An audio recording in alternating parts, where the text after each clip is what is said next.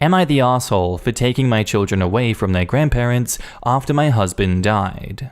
I, 34 female, met my husband while I was doing an exchange semester in Australia when I was 20. We later got married and I moved to Australia permanently. We have 2 kids, 6 female and 4 female, and I'm 4 months pregnant. My husband passed away 3 months ago. It was and still is horrible. With my husband not being here anymore, I want to move back to my home country. I think it'll be good for my kids because the education system over there is heaps better, but the main reason is that I need my family. My 4-year-old doesn't really have an opinion on it. My 6-year-old is excited because my parents have horses. Here in Australia, my husband's parents look after our kids Monday to Friday, as my husband and I both had full-time jobs. So obviously they are close. Mother-in-law and father-in-law are very attached to the kids and love being grandparents. Last week, I broke the news to them. I didn't expect them to be happy, but I was hoping they'd understand. They didn't. It was ugly. They asked me how dare I take away their grandchildren after they lost their only son. They said my husband would be disappointed and he'd want his children to grow up in Australia.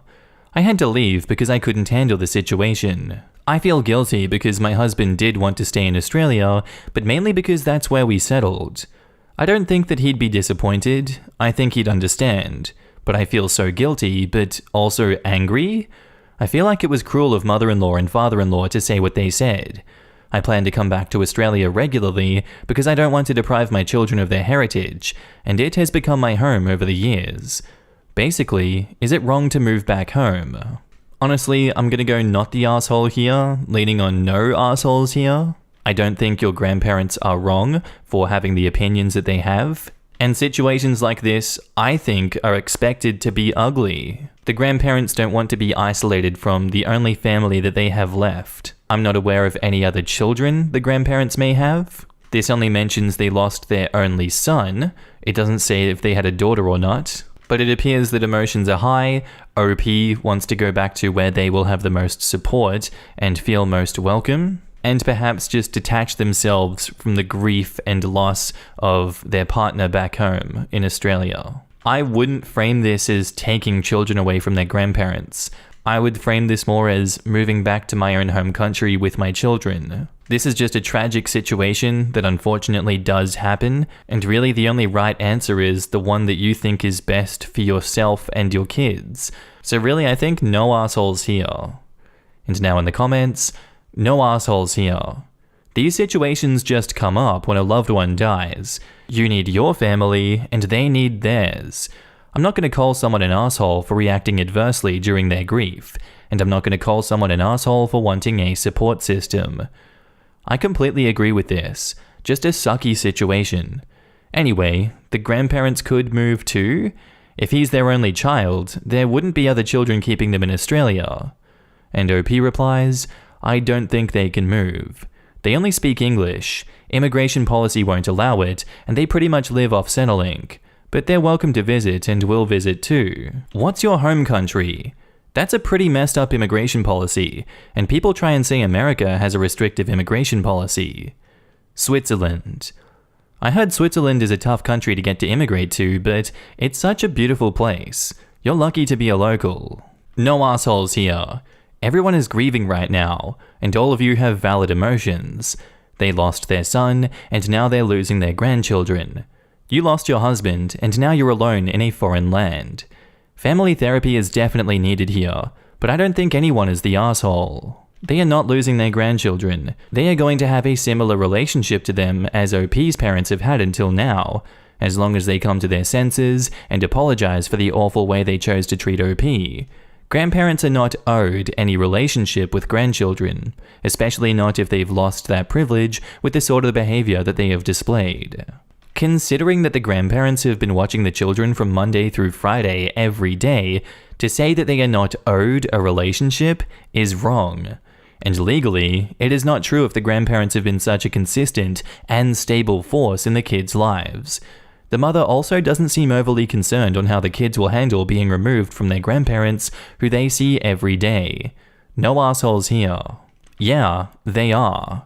You can put as much lipstick on a pig as you want, but it's still a pig. They're going from seeing their grandkids 5 days a week, 50 weeks a year, to maybe seeing them 1 week a year? Maybe. But most likely not even that, right on the heel of losing their child.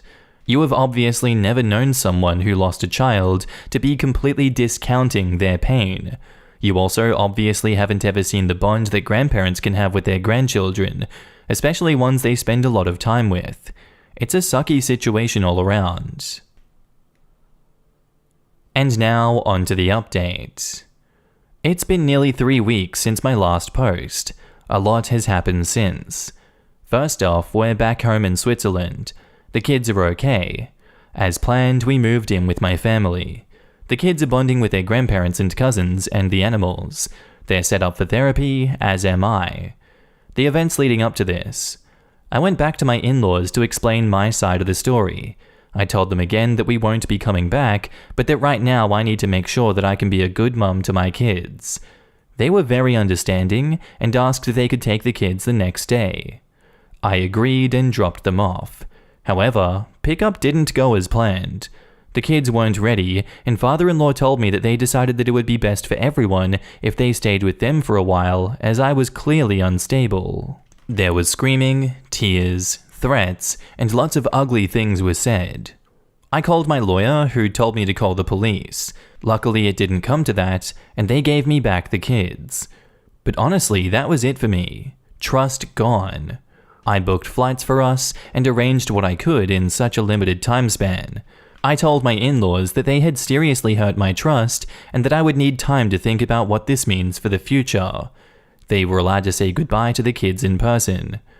We arrived at home on Monday. The kids already video called my in-laws, as I want to make it as easy as possible for them to transition. I am very hurt and disappointed that it had to end this way, but also hopeful for the future.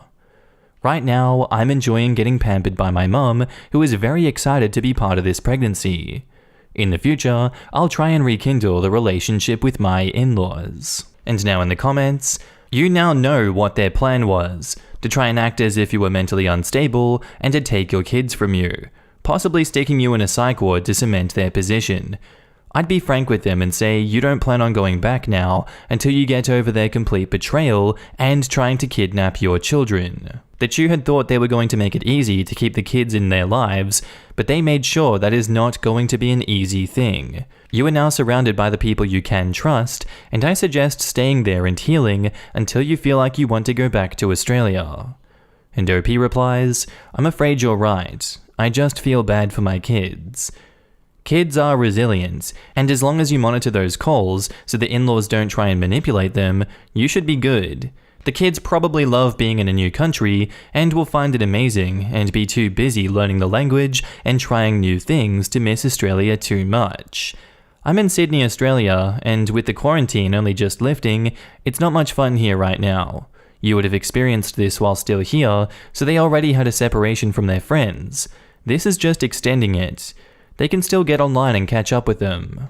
I saw it coming when they were acting okay right after to see the kids, but I'm very glad none of this had to escalate over the kids, and OP is back home and safe and getting the rest she more than likely needs and deserves. Good luck to OP, and I hope the 4 of them get settled whenever they are ready. I was expecting a more thorough attempt at kidnapping. I've probably been on Reddit too long. I think it was just temporary insanity. They just lost their son, and were now faced with losing their grandkids, / only remaining reminders of their son, whom they previously had daily contact with. I totally get that it devastated them. They were completely in the wrong, of course, and on some level they know that. They just can't be rational. I agree. Their grief drove them to a wrong decision, but at least they saw some sense before the police got involved.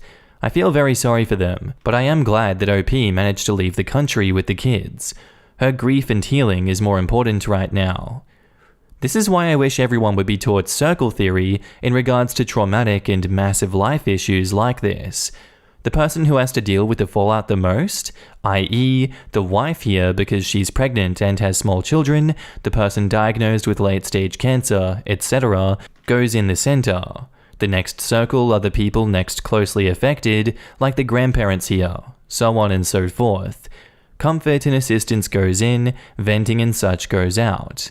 The people not in the center circle obviously have a lot to deal with too, but just follow the general concept and they shouldn't be dumping their grief issues on the wife. They have other resources and relationships for that. They should be focusing on doing as much as they can to help her as they are able.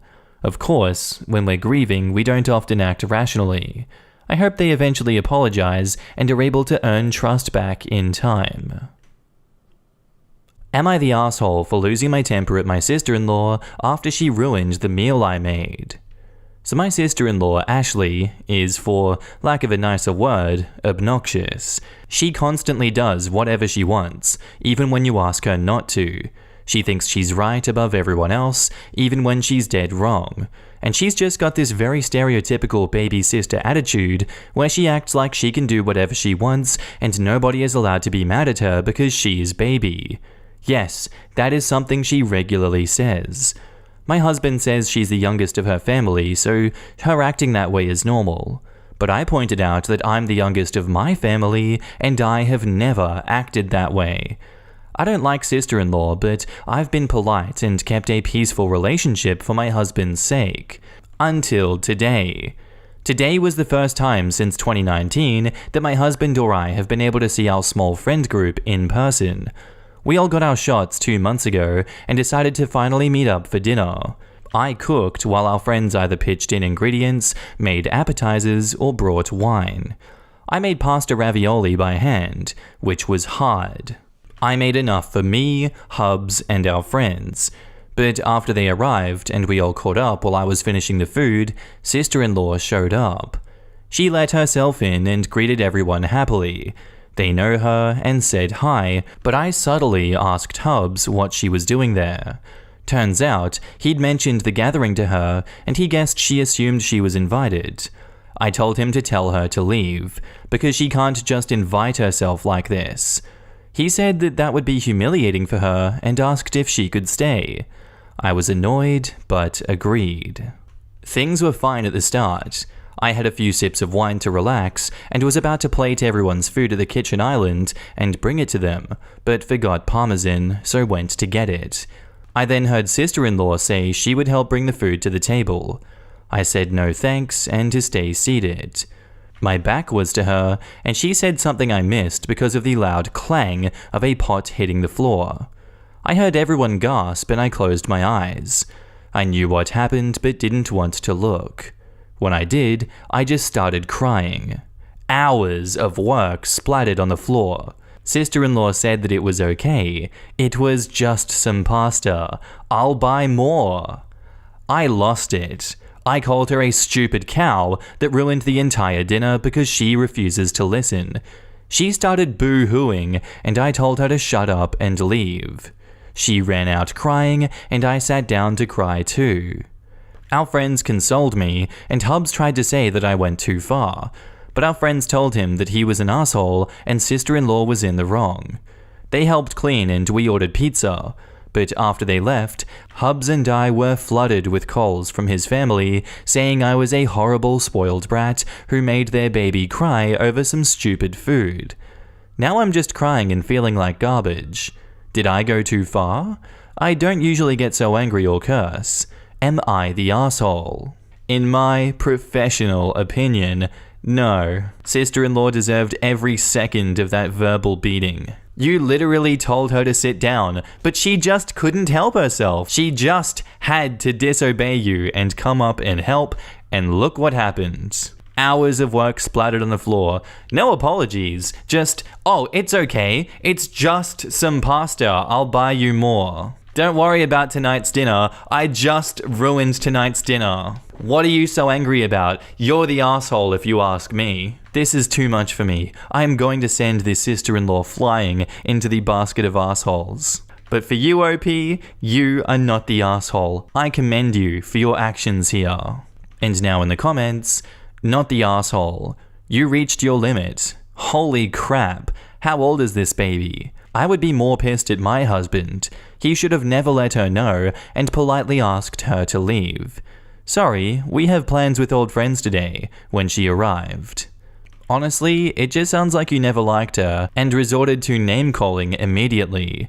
Unfortunate it happened and should have been completely avoidable because of respect for boundaries that she obviously never learned, but likely thought that it was helpful and it still was an accident. She was, it seems to me, unaware about it, which could explain why she didn't think that it was a big deal. I could see why your husband thought the way he did, but as a pasta maker myself, I could see why you would be upset. To me, everyone sucks here. Not the asshole. Let's look at the facts. Your sister-in-law invited herself to an intimate party between friends who hadn't seen each other in 2 years. She then accidentally dropped the dinner that you painstakingly prepared from scratch after you asked her to stay seated like all of the other guests. I'm sorry, but my hunch based on your description of her personality is that she dropped it on purpose. Your response was harsh, but it sounds like you could have been putting up with her BS for years and you finally lost it. Completely understandable.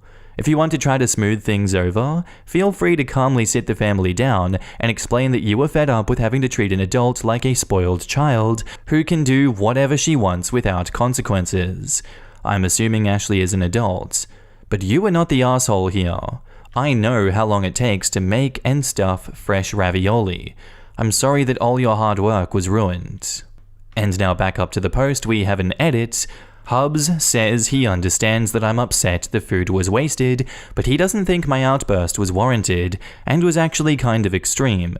Tomorrow is his day off, and I told him he's going to be making the dish like I did, by hand and on his own, and then at the end we'll see if he thinks my outburst was unwarranted. Edit 2. Welp. Hubs made pasta for the first time today, and it went very much like I'd anticipated. He was all confidence and it'll be easy during the first 30 minutes. But towards the end of the first hour, that disappeared as the burn in his arms really set in from making enough dough for almost 60 ravioli. I did not lift a finger to help him knead, since I didn't get any help when I did it. After the dough was done and wrapped up in the fridge, he made the filling, which took another 40 or so minutes.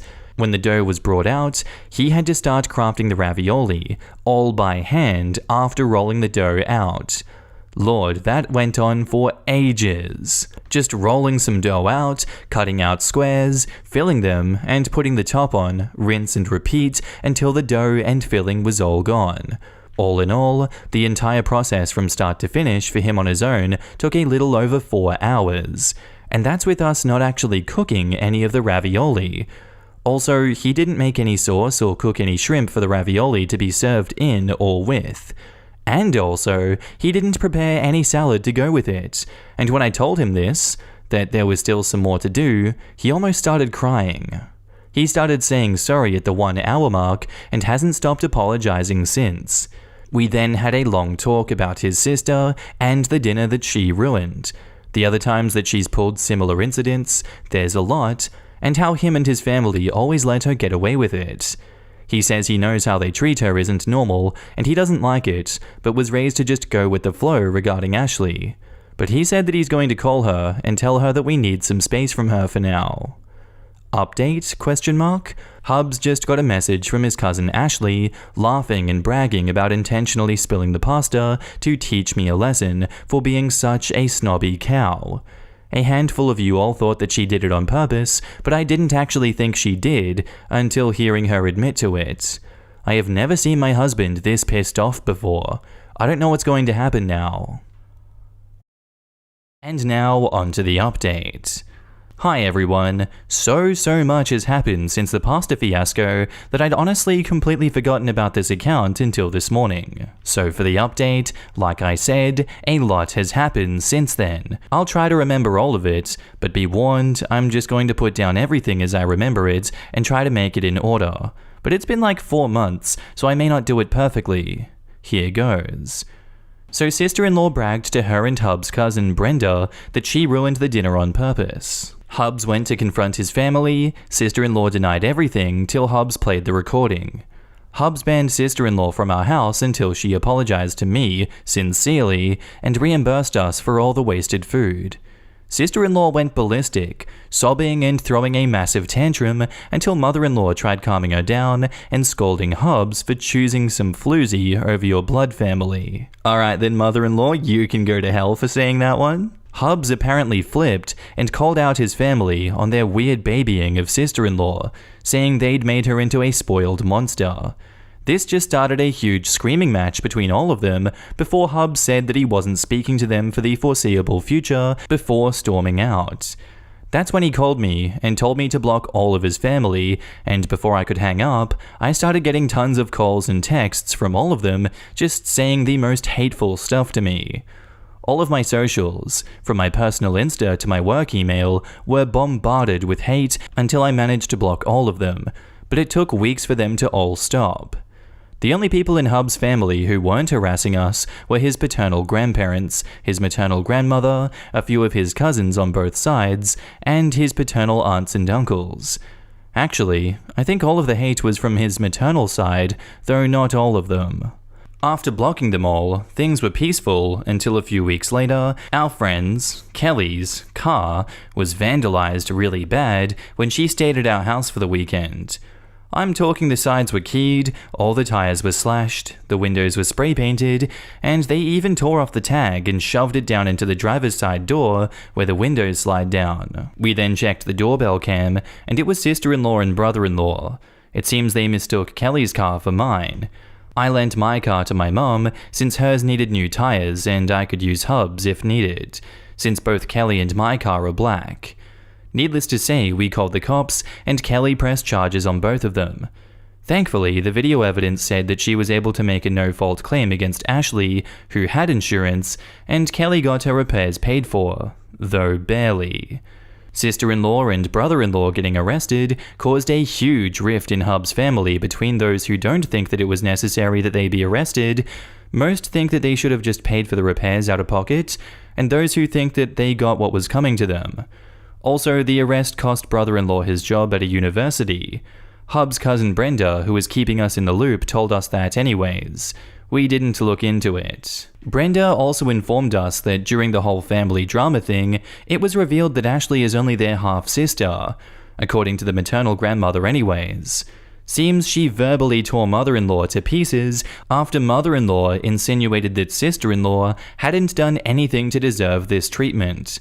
Brenda said their grandmother said, "You felt bad that your husband didn't love her because he knew she was just your shameful affair baby, so you loved her more than your other kids in some twisted effort to make up for it, and you pulled your other kids into doing it too, and all you did was succeed in spoiling her rotten."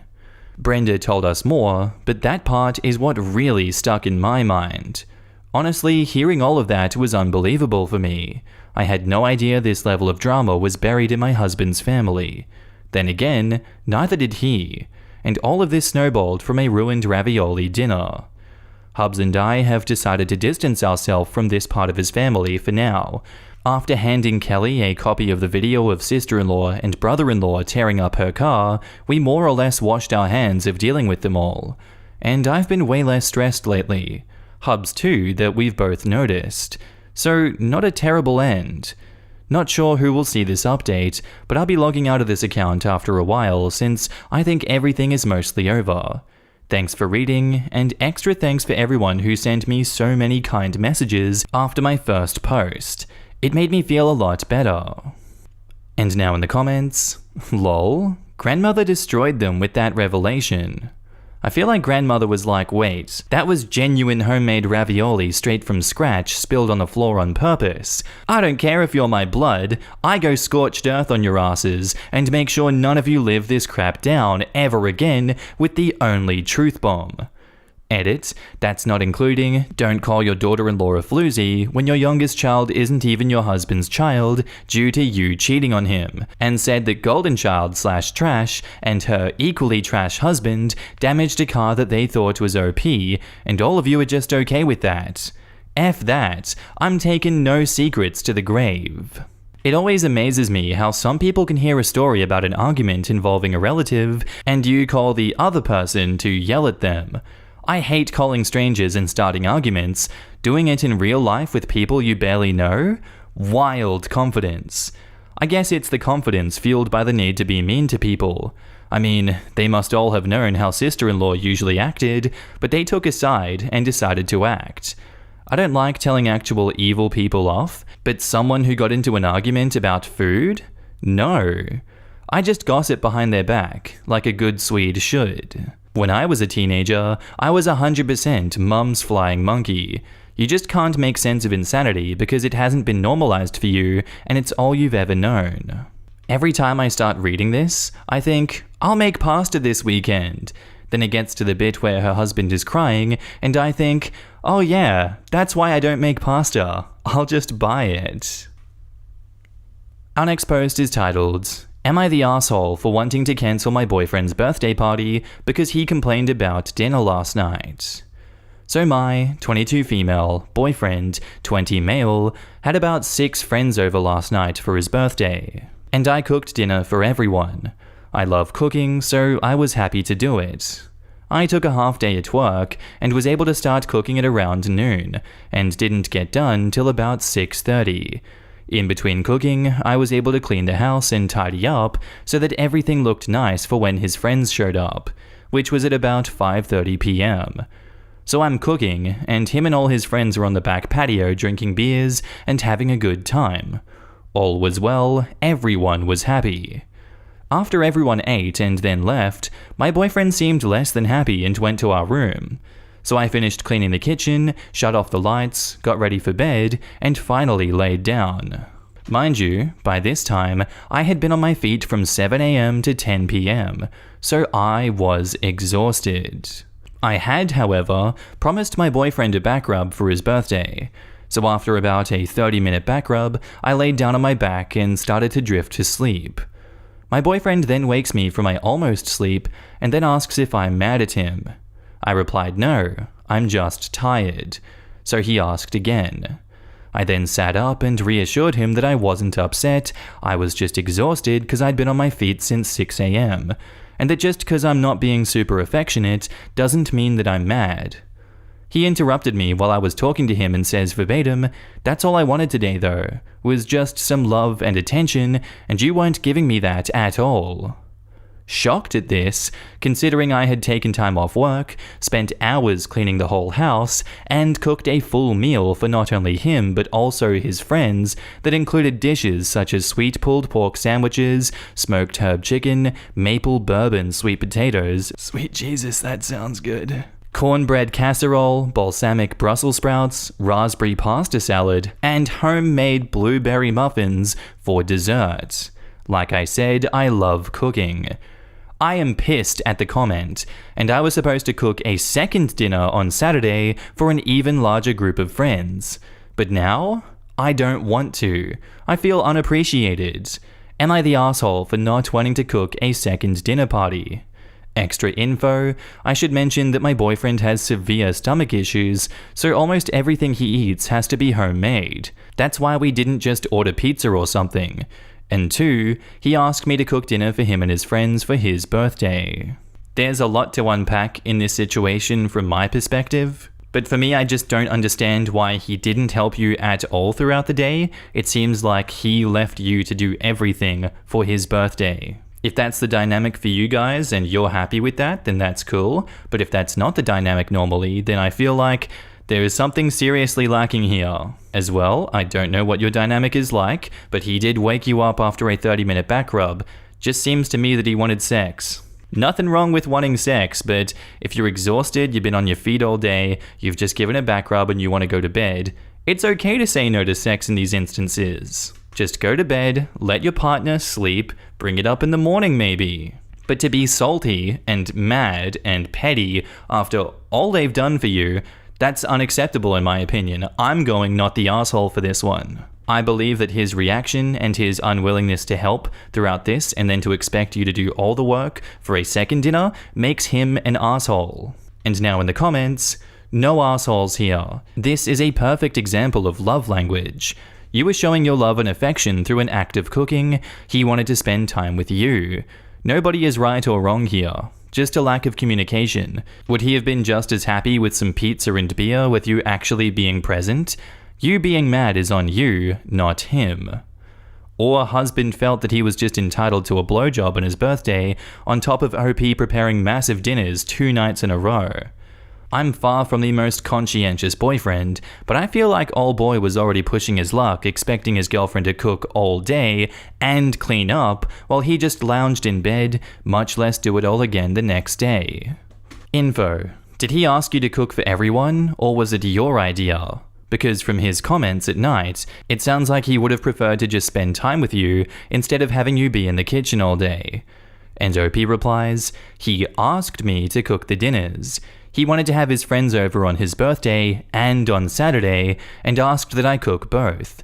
Which would have been totally fine because I do enjoy cooking.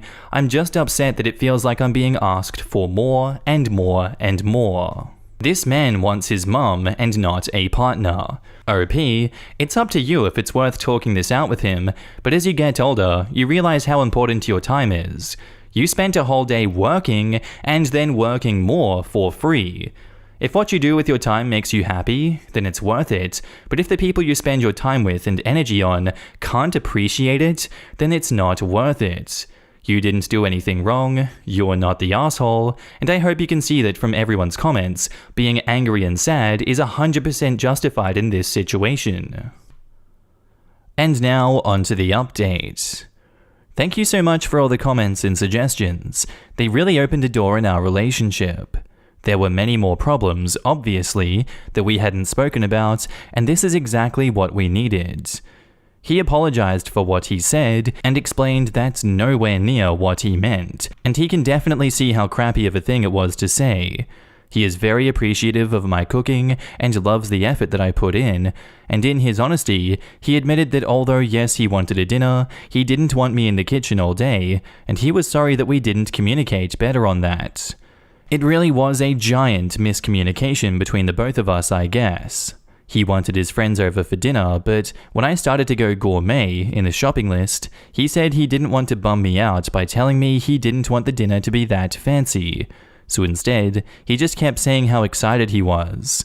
We've talked now, and he sees how it would have been better for him to speak up, and how I should have asked him what kind of dinner he wanted first. He also understands that it's difficult to cook simple meals with his stomach issues. He can't have burgers or hot dogs.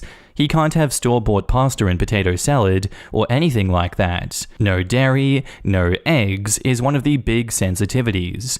So although he didn't want fancy, I explained that I don't know what quick, easy dishes I could have made that tasted good, didn't hurt his stomach, fed all his friends, and kept me out of the kitchen. After that talk, he definitely understands now that it takes a lot more than he thought, and we're gonna talk tonight about quick dinners and side options that could maybe be made. We've come to an agreement to be more forward to avoid this in the future, and now we understand the other just a little bit more. Oh, and about Saturday dinner, he originally didn't want to do a potluck and shot the idea down because he felt like none of his friends would bring anything. Really shitty friends, but that could have been a whole other Reddit post. Or they would mess the ingredient sensitivities up and it would damage his stomach. But after some talking and realizing that if I were to cook the whole thing, even if it were a simple barbecue setup, it would result in me being in the kitchen for a good majority of the time, again. He created a group chat with all of his friends. He gave them each a food assignment and explained his food sensitivities, and I told them to message me if they didn't know what to do about certain ingredients, so that he can still eat everything. And now, all he's requested of me is that I make my famous cheesecake the night before, which he wants to help with. Thank you again. I know there's more to be worked on between us, but I appreciate all of the commenters. And now in the comments, sometimes the marinara flags are just spaghetti sauce that didn't need to be made from scratch. When I first read this one, I immediately thought, oh yeah, this is a love language mishap, and I was happy to see they actually talked it out, instead of the next update being, I broke up with this unappreciative abuser like you all said I should. I have personally made similar mistakes when entertaining, spending hours on individual homemade dips and bread bowls to serve them in, and then being too tired to enjoy the party.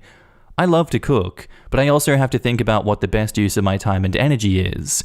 Homemade hummus is great, but chucking a little bit of garnish or nice olive oil and peppers on store-bought is fine. Okay, but where does rinsing the sauce off to get the essence of the tomatoes in your pasta fit in? What a stupid story that was. I can't. Forevermore, I will evaluate my relationships based on whether this marinara can be washed off or if the essence of sauce will remain. The biggest part that got me was the boyfriend's non-knowledge of how long and intensive it is to cook for his sensitivities and allergies. At this point in his life, he should know how pervasive dairy and eggs are in cooking, never mind the required exchanges needed to make something digestible for himself. On top of all of that, he should have a rough idea of how long it takes to create even one of the items on her menu. If she really loves to cook as much as she claims, he needs to be aware of what that takes. On the other half of this, while I'm glad that they talked it out, and yes, they're young, they'll get to this point, but she needs to learn when to stop herself. It's a group of 20-something males. I'm assuming at least 2 here. They don't give the smallest of anything about what's on the plate, short of any allergies themselves, limiting the meat option to 1. Veggie side? Only need 2, not the 4 listed. As much as he needed to tell her that he wanted to spend time with her too, she needed to make sure that she wasn't setting herself up for failure as well. It's pretty easy nowadays to avoid eggs and dairy. Actually, we just pay a baker for a vegan birthday cake and cupcakes. Do you know how much dairy-free stuff costs? I would have just ordered Chinese. Am I the asshole for ruining my sister-in-law's honeymoon by exposing her racism? My, female 27, sister-in-law, female 30, got married last weekend. She's my long-term boyfriend's sister. They're white and I'm Middle Eastern, and a dark one with raven black hair. She was looking for a photographer that didn't bankrupt her, so I suggested a friend of mine who was new in business and charged less than half, because these things cost over 5,000 euros these days.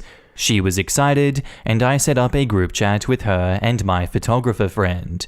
We talked a little bit, and later they met and started messaging directly to each other. The wedding was amazing, and everything went smoothly. I was one of the guests, and she seemed happy. The next day, they went off on their honeymoon. I don't know if it was by mistake, but instead of texting the photographer directly like she's done for the past few months, she texted him to our old iMessage chat. She thanked him, but had a favor to ask and wondered whether he could retouch some asymmetry in the flowers archway? I'm sorry, I don't know the right terms in English. But also if he could take off some photos because I'm too dark and ruined the color palette. Not all pictures, just the ones that she's in. I texted back, "Are you kidding me?" She didn't answer. I took a screenshot and posted it on my Insta story, tagging her in it. She called my boyfriend crying her eyes out, calling me an asshole for embarrassing her and ruining her honeymoon. Boyfriend thought that it was a low blow. I was blinded with rage when I did it, but even now I'm calm, I still don't feel like I was the asshole. But people have been contacting her, apparently asking if she really wrote this. She is so beautiful and successful, so please don't blame it on jealousy or the fear of being outshined. Don't worry, I'm not blaming it on jealousy or the fear of being outshone. It just screams racist piece of crap. And she would have gotten away with it if not for that pesky iMessage chat. I feel like the fact that she hasn't apologized to you or tried to give an explanation as to why she said what she said, why she has ghosted you, tells me all that I need to know in this situation. She's a major asshole for what she's done, she doesn't seem to be admitting to it, and I think you're not the asshole for this one, plain and simple. And now in the comments, it is always, always, always appropriate to embarrass a racist. Always. And while you're not likely to cure your sister-in-law, perhaps she will think twice before communicating such ugly thoughts in the future. Not the asshole. Hopefully the sister-in-law will see this post and learn that it's okay for OP to be intolerant of racism. OP did the right thing. Crap. OP should just share the link to this post with their family. I'm just shocked her boyfriend thought that it was a low blow. Like, you can't go any lower than a racist. If she's successful and pretty, even better. People should see her real side for once. Of course the boyfriend thought that it was a low blow. Odds are he's racist like his sister, and he knows that he would be hated to be called out like that. So he's trying to shame OP. Not the asshole. Racists deserve to be called out publicly whenever possible. I wonder if it really was accidental that she sent that message to the whole group. Your boyfriend is an asshole for not standing by you and chastising his sister himself. I'm so sorry this happened to you, but sadly, I'm not surprised. Yeah, OP should be just as angry at the boyfriend. It was his responsibility to immediately tell his sister off for this. His reaction is worse than questionable. At first, I felt everyone sucks here, but F that, not the asshole. White people want to be racist behind closed doors, but the moment they get called out, they gaslight you into thinking they're the victim instead of taking responsibility. If this is someone that you care about and have a good relationship with, my recommendation would have been to talk to her about it. While what she said was racist, she likely doesn't understand why. But at the end of the day, it's not really your job. Nah, she never liked me, even with the effort that I put in to be a good girl. I always thought that it was because she was competitive, as she is very competitive, and territorial with her brother. Now I know the real reason though. What are you going to do about the fact that your boyfriend sided with his sister and just ignored how what she said was racist? That seemed to be glossed over and is an unresolved issue here. We've argued a few times without coming to a middle ground. I'm on the fence about this whole thing, and we aren't talking much now. You deserve someone who has your back. I'd reconsider whether he's the right guy for you. If he's not going to stand up for you against racism, he doesn't deserve you. No matter what platitudes he says, actions are louder than words, not the asshole. And now, onto the update. 1. Sister-in-law is still on her honeymoon, so I haven't talked to her yet, but she's bombarding my boyfriend, demanding that I apologize and make a new Insta story with my apology. More people got involved, including my boyfriend's mother, that thought I was way out of line ruining her daughter's wedding. I have also gotten contacted by my sister-in-law's friends. Some of them told me stories about what she's been saying about me behind my back. Yeah, she got what she deserved. The amount of her friends that weren't surprised at all with her text made it clear for me that I wasn't wrong. My sister-in-law is self-employed with some foreign customers. That's why she's taking it so hard, because she's scared that it would affect her career. I don't feel like I need to save her career should something bad happen to it. 2. My photographer friend did what he was told. That's the only right way in my opinion. Being professional and not confusing work with his own values. He asked me if I wanted him to say something, and I said no. I also asked him not to tell me what they're texting, since she's his client, so he shouldn't break confidentiality. He's just starting his career, and he will meet worse brides. She was at least nice to him throughout their interaction. 3. Now to my boyfriend. As I said, he thought this whole thing was uncomfortable. I told him that if he wanted to be with me, he needed to discuss uncomfortable topics.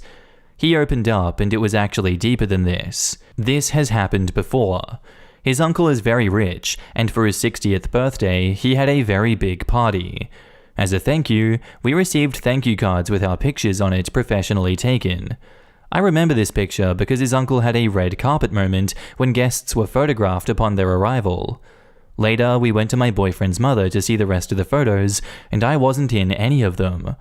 I thought it was funny how I literally evaded being caught on camera. I never mentioned this or even reflected on it, and while my boyfriend and his family were looking at the pictures and discussing the evening, it was just so normal, and no one mentioned something out of the ordinary.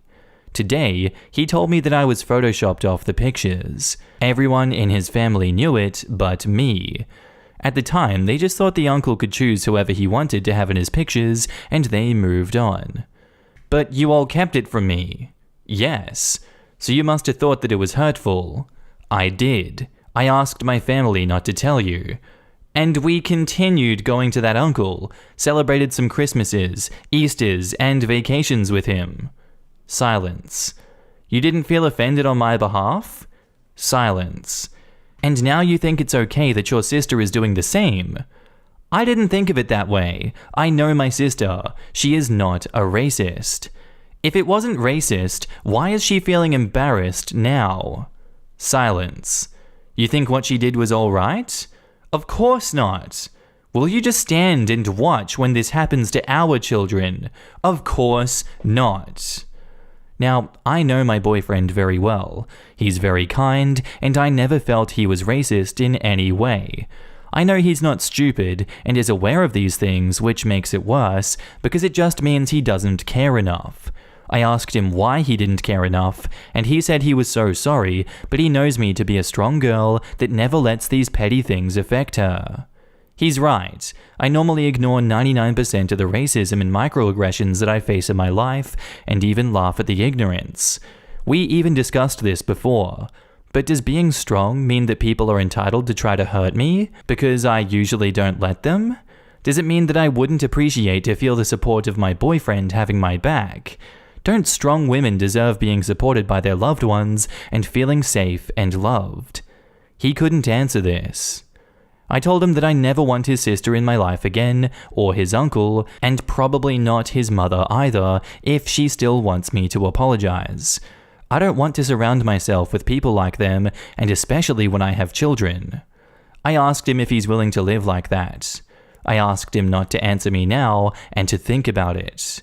It kind of felt like an ultimatum, and that's bad, but I didn't know how to handle the situation better. I never thought of myself as someone who's petty or that makes ultimatums. This experience taught me that I am both. And thank you for the not the asshole judgment. And apparently in the comments, there is an update from the OP's boyfriend. This is the rightfully very much hated boyfriend speaking. I have read both posts and all of your comments on the update. I'm overwhelmed with the amount of support my girlfriend has received. Overwhelmed and ashamed that total strangers on the internet have shown my girlfriend more support and love than I ever have. The person who's supposed to be closest to her. I have failed to support my girlfriend and be her rock, but my only excuse is that I have never done it out of malice. I thought I was protecting her from being hurt. I was wrong, and I'm so sorry about that. But if there is any consolation, I did it out of love for her. There is no excuse for my passivity. There is only an explanation, and it's this. Because of my privilege, I made the wrong assessment of the incidents and deemed them, albeit hurtful, not really serious or harmful. I deemed them to be pathetic, ridiculous, and petty. I was wrong, and I will not pretend that I need to be educated on racial inequality, because I should have known all of these things already. I can only promise that I will have her back and be more active and alert moving forward. I choose her any day of the week, and I will have a talk with my family and make them apologize to her. And it's her decision to forgive them or not, but I choose her. It was never really a choice to begin with. She's my future wife and the mother of my future children. I have known this for years. I am so sorry. And now in the comments, I personally don't have a lot of faith in this boyfriend stepping up for OP. He's excused his family's covert and overt racism for too long to make anyone feel confident that he is blatantly on OP's side. I think he's going to slide back in time. OP shouldn't give him the choice or ultimatum. She should dump him herself. I read the original post a few hours after it being up, and I just knew that there was an update incoming. I just didn't expect one so soon. It's still ongoing, but I believe the next update will be OP saying her relationship is over. I thought that her boyfriend's initial reaction was iffy. With that other stuff with his uncle, this relationship is doomed, unless the boyfriend starts standing up for OP in a meaningful way. It was the fact that the boyfriend continued to have OP interact with the uncle after knowing that the uncle had essentially erased her that made me rethink the boyfriend. Yeah, that part. I'm in an interracial marriage, and at one point while dating, I learned that my wife's favorite uncle didn't like black people. You know how I know this? My wife called me rage crying about it, all shock, hurt, disgust, and then her mum called me about it, talking about how she was going to put her foot up her big brother's ass next time she saw him in person. And then, one of her cousins I got along with took me out for a drink, and part of the conversation was, "You good? Just so you know, we're dealing with him, but how are you doing?" 12 years later, we have no old bigot problems. It means something when you pounce on racism like that. It also means something when you don't deal with it in any way at all. He says he would stand up for his children and not let them be treated like this, either because A, he doesn't think his family will do the same crap to them, or B, the situation is far away and always easy to say, "I would fight," while you're not actually in that situation. He's not kind. He is a coward. This is exactly how he's thinking. The idea of his family being racist towards his biracial children is such an abstract to him. So of course he thinks he's the good guy who would stand up for his children.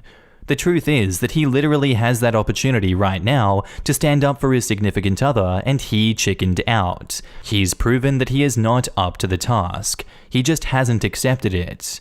I've literally seen this play out firsthand with a former friend and his biracial children. His wife and his family are not on speaking terms for obvious reasons, but he always claimed before he had kids that he would fix things with his family. Shocker, he didn't. They treat his kids like crap, and he just ignores it and lets them, until he got divorced and lost custody. Moral of the story, if you can't stand up to your parents' racism over your wife, you're not going to stand up to their racism over your kids. And our next story is titled, "Wife was fired today for discussing wages at work." My wife recently got a new job at a local business in town. She had only worked there for a few weeks. Other than herself and the boss, only a couple of other workers were employed at the store, and they didn't work together frequently. Today, she was working with one of her co-workers, and the co-workers brought up the fact that she made $14 an hour. My wife mentioned to her that she had been hired at $15 an hour, and also the fact that the co-worker was making under minimum wage. Washington state minimum wage law is $14.49 an hour. The co-worker had asked for a raise previously, but the boss said no. When the co-worker brought this up to the boss, my wife was fired on the spot for discussing wages at work. I know there's a complaint form that we can file to the Washington State Labor and Industries here. Is there anything else that we should do? I know getting corroboration by the co-worker is important, but the co-worker was not let go, and I don't want to see her lose her income. And now in the comments, since she was fired, file unemployment. While you're at it, state the cause. They'll contest it, of course, but if she and current employees present evidence to the board that they are being paid below minimum wage, they will be owed back pay, and heads higher up the chain may roll. And OP asks, can you get unemployment benefits even if you only worked someplace for a few weeks? I'm guessing if you were fired illegally, that may make a difference. Unemployment is based on what you made with some minimum number of hours worked in X amount of time. The last year or so, I think. Sorry I can't remember specifics, but it's not based off just the last job you worked before filing. Definitely this state and the federal departments of labor. If you're feeling really hostile, if they're playing fast and loose with people's wages, they probably need to be reported to the State Department of Revenue, and maybe the IRS. People who are sleazy in one area will often be sleazy in other areas. And OP replies, I don't understand exactly how they were getting away with paying someone under minimum wage. They must have been reporting to the state that they had paid out at least $14.49 an hour, otherwise the state would immediately know. The state gets total income when we report for quarterly and then end-of-year payroll tax purposes. As long as the withholding trues up, it wouldn't flag in the system. We don't report that Joseph Wilson worked 1,000 hours at $15.27 per hour, we just report $15,270 as income. And OP replies, good to know, thanks. I'm curious to know how the state enforces minimum wage requirements then. Self-reporting by workers? Pretty much. Back up to the post, we have a mini update. We were able to get in contact with her co-worker and asked her if she'd be willing to write down a statement about what happened, which she said she would do. The co-worker is also going to file a complaint to the state about being paid under minimum wage. The co-worker also let us know the boss has already offered to pay back wages and bump her pay to $15. This was only after my wife was fired, and also, this is despite the fact that the co-worker said she had asked for a raise above $14 an hour recently because she was having a hard time paying rent and the boss had told her no. And now, on to the update.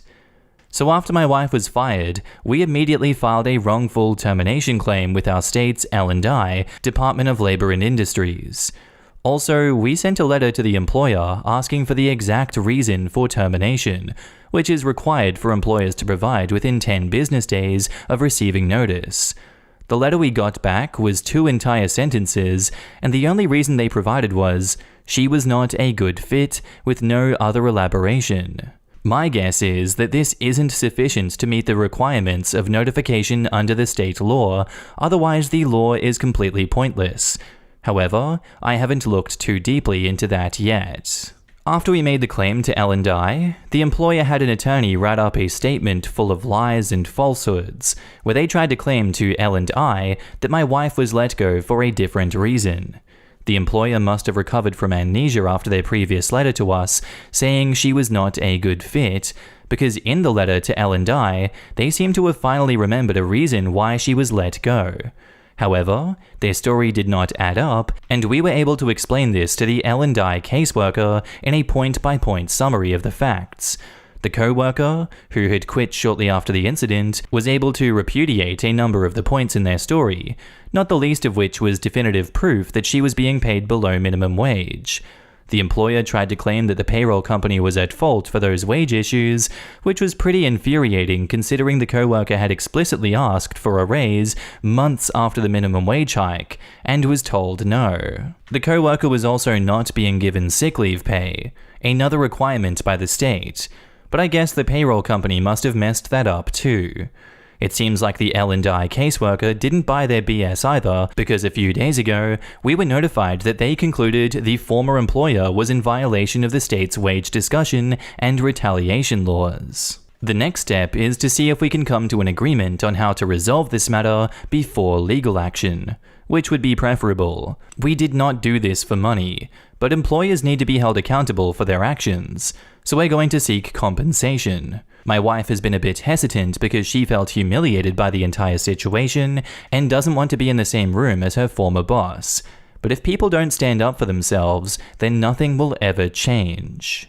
And now in the comments, doing it for the money is a good enough reason. Don't feel bad about getting anything. Your labor shouldn't be unpaid by an employer, and they violated the law. Absolutely agree. No business stays in business if money isn't a top priority. Workers shouldn't see their labor and/or talent any differently. They owe money, and that is what matters. Doing it for the money is not taboo. It's an unfortunate truth that companies feel it most when they're hit in the wallet. If y'all still don't want the compensation to be financial, that's fine. Just be sure to get your pound of flesh to make sure they don't screw anyone else over like this. Honestly, go for financial compensation. If you don't want it, donate it, or maybe put it in a fund for your kids if you have any. But please, take this company's money. If you took $1 out of your store's cash register, your employer would fire you, and they would call the cops, and you could be charged with theft. Too many employers don't think twice about stealing wages from their employees however they can, and it happens so often, it's almost been normalized. Wage theft is billions of dollars in the US, but employees stealing from employers is relatively uncommon. The news is so happy to share "employee stole" stories, but you so rarely hear about wage theft unless it's widespread or it's gone to court. A reminder to my fellow American Redditors, discussing wages is a federally protected right under the National Labor Relations Act. Any employer who actively discourages or prohibits you from doing so can be reported to the NLRB. Employees benefit from being able to discuss wages for the exact reason shown in this post.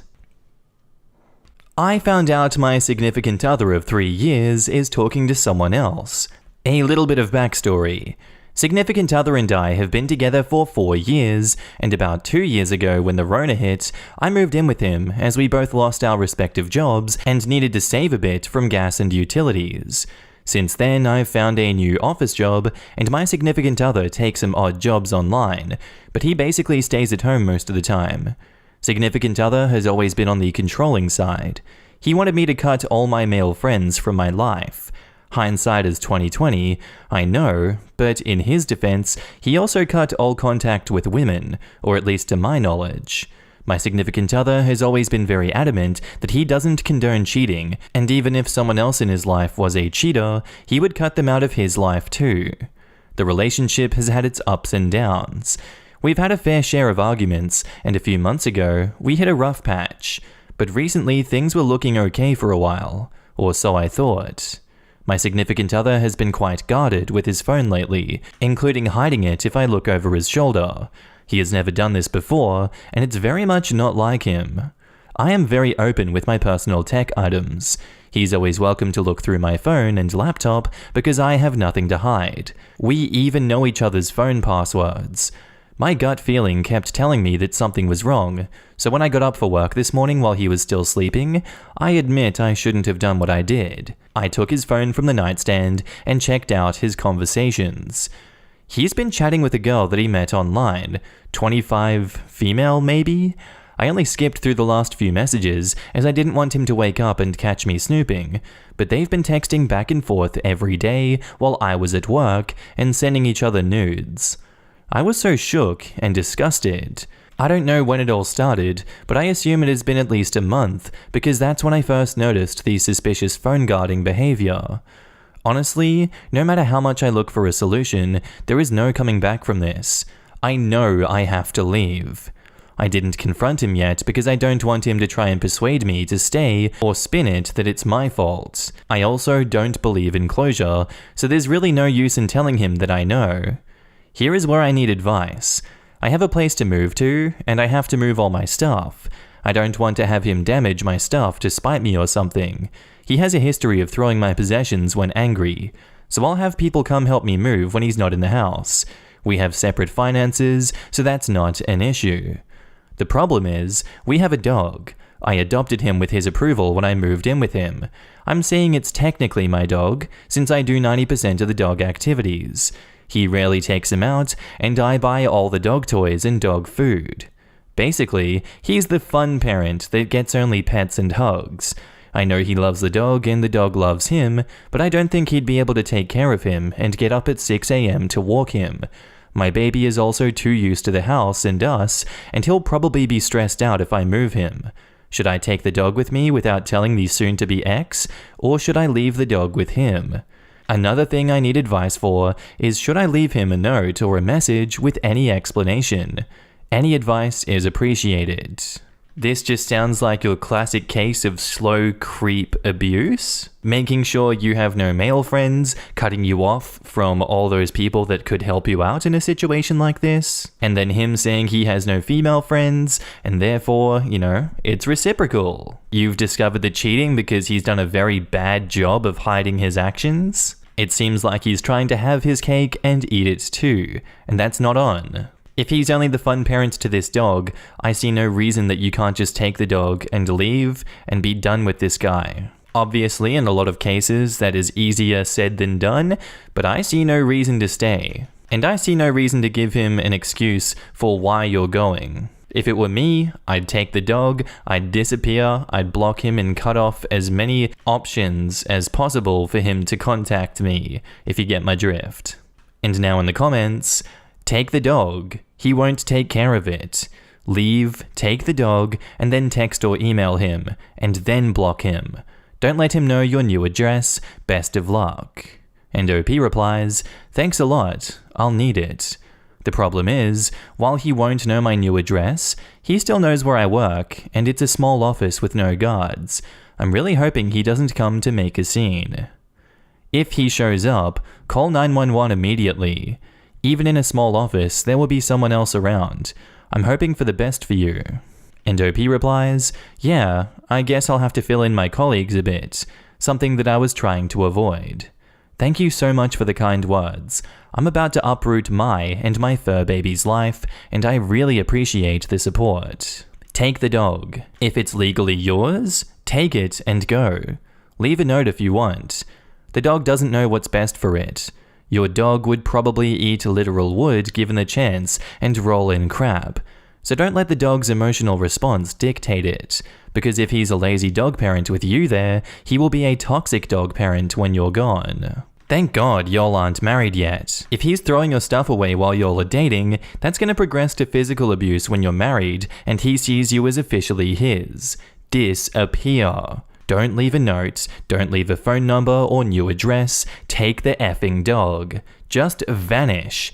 If you want him to know why, leave a printed out screenshot of his messages with his girl, but make it so that he can't trace you and come looking for revenge. And OP replies, I also thought about this like, I only wasted 4 years of my life and the only complication is having a pup. Thank God that it wasn't 15 years down the line with marriage, kids, and a mortgage. It's so clear to me why he did the things he did. All the call logs and social media checking, and making sure I have no male friends, and all that crap. Like, there can't be a platonic friendship between men and women. The only reason I'm considering the note is because I don't want him to show up at my workplace when I block him on everywhere. Fair enough. I'm glad you thought this through and have a plan.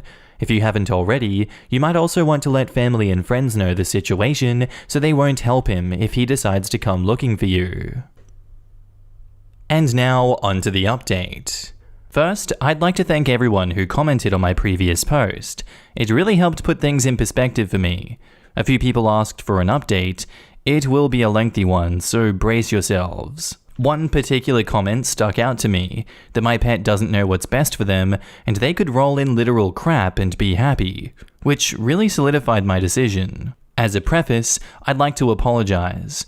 I was paranoid that I could be found out, so I altered a couple of details in the original, one of which was that we owned a cat, not a dog.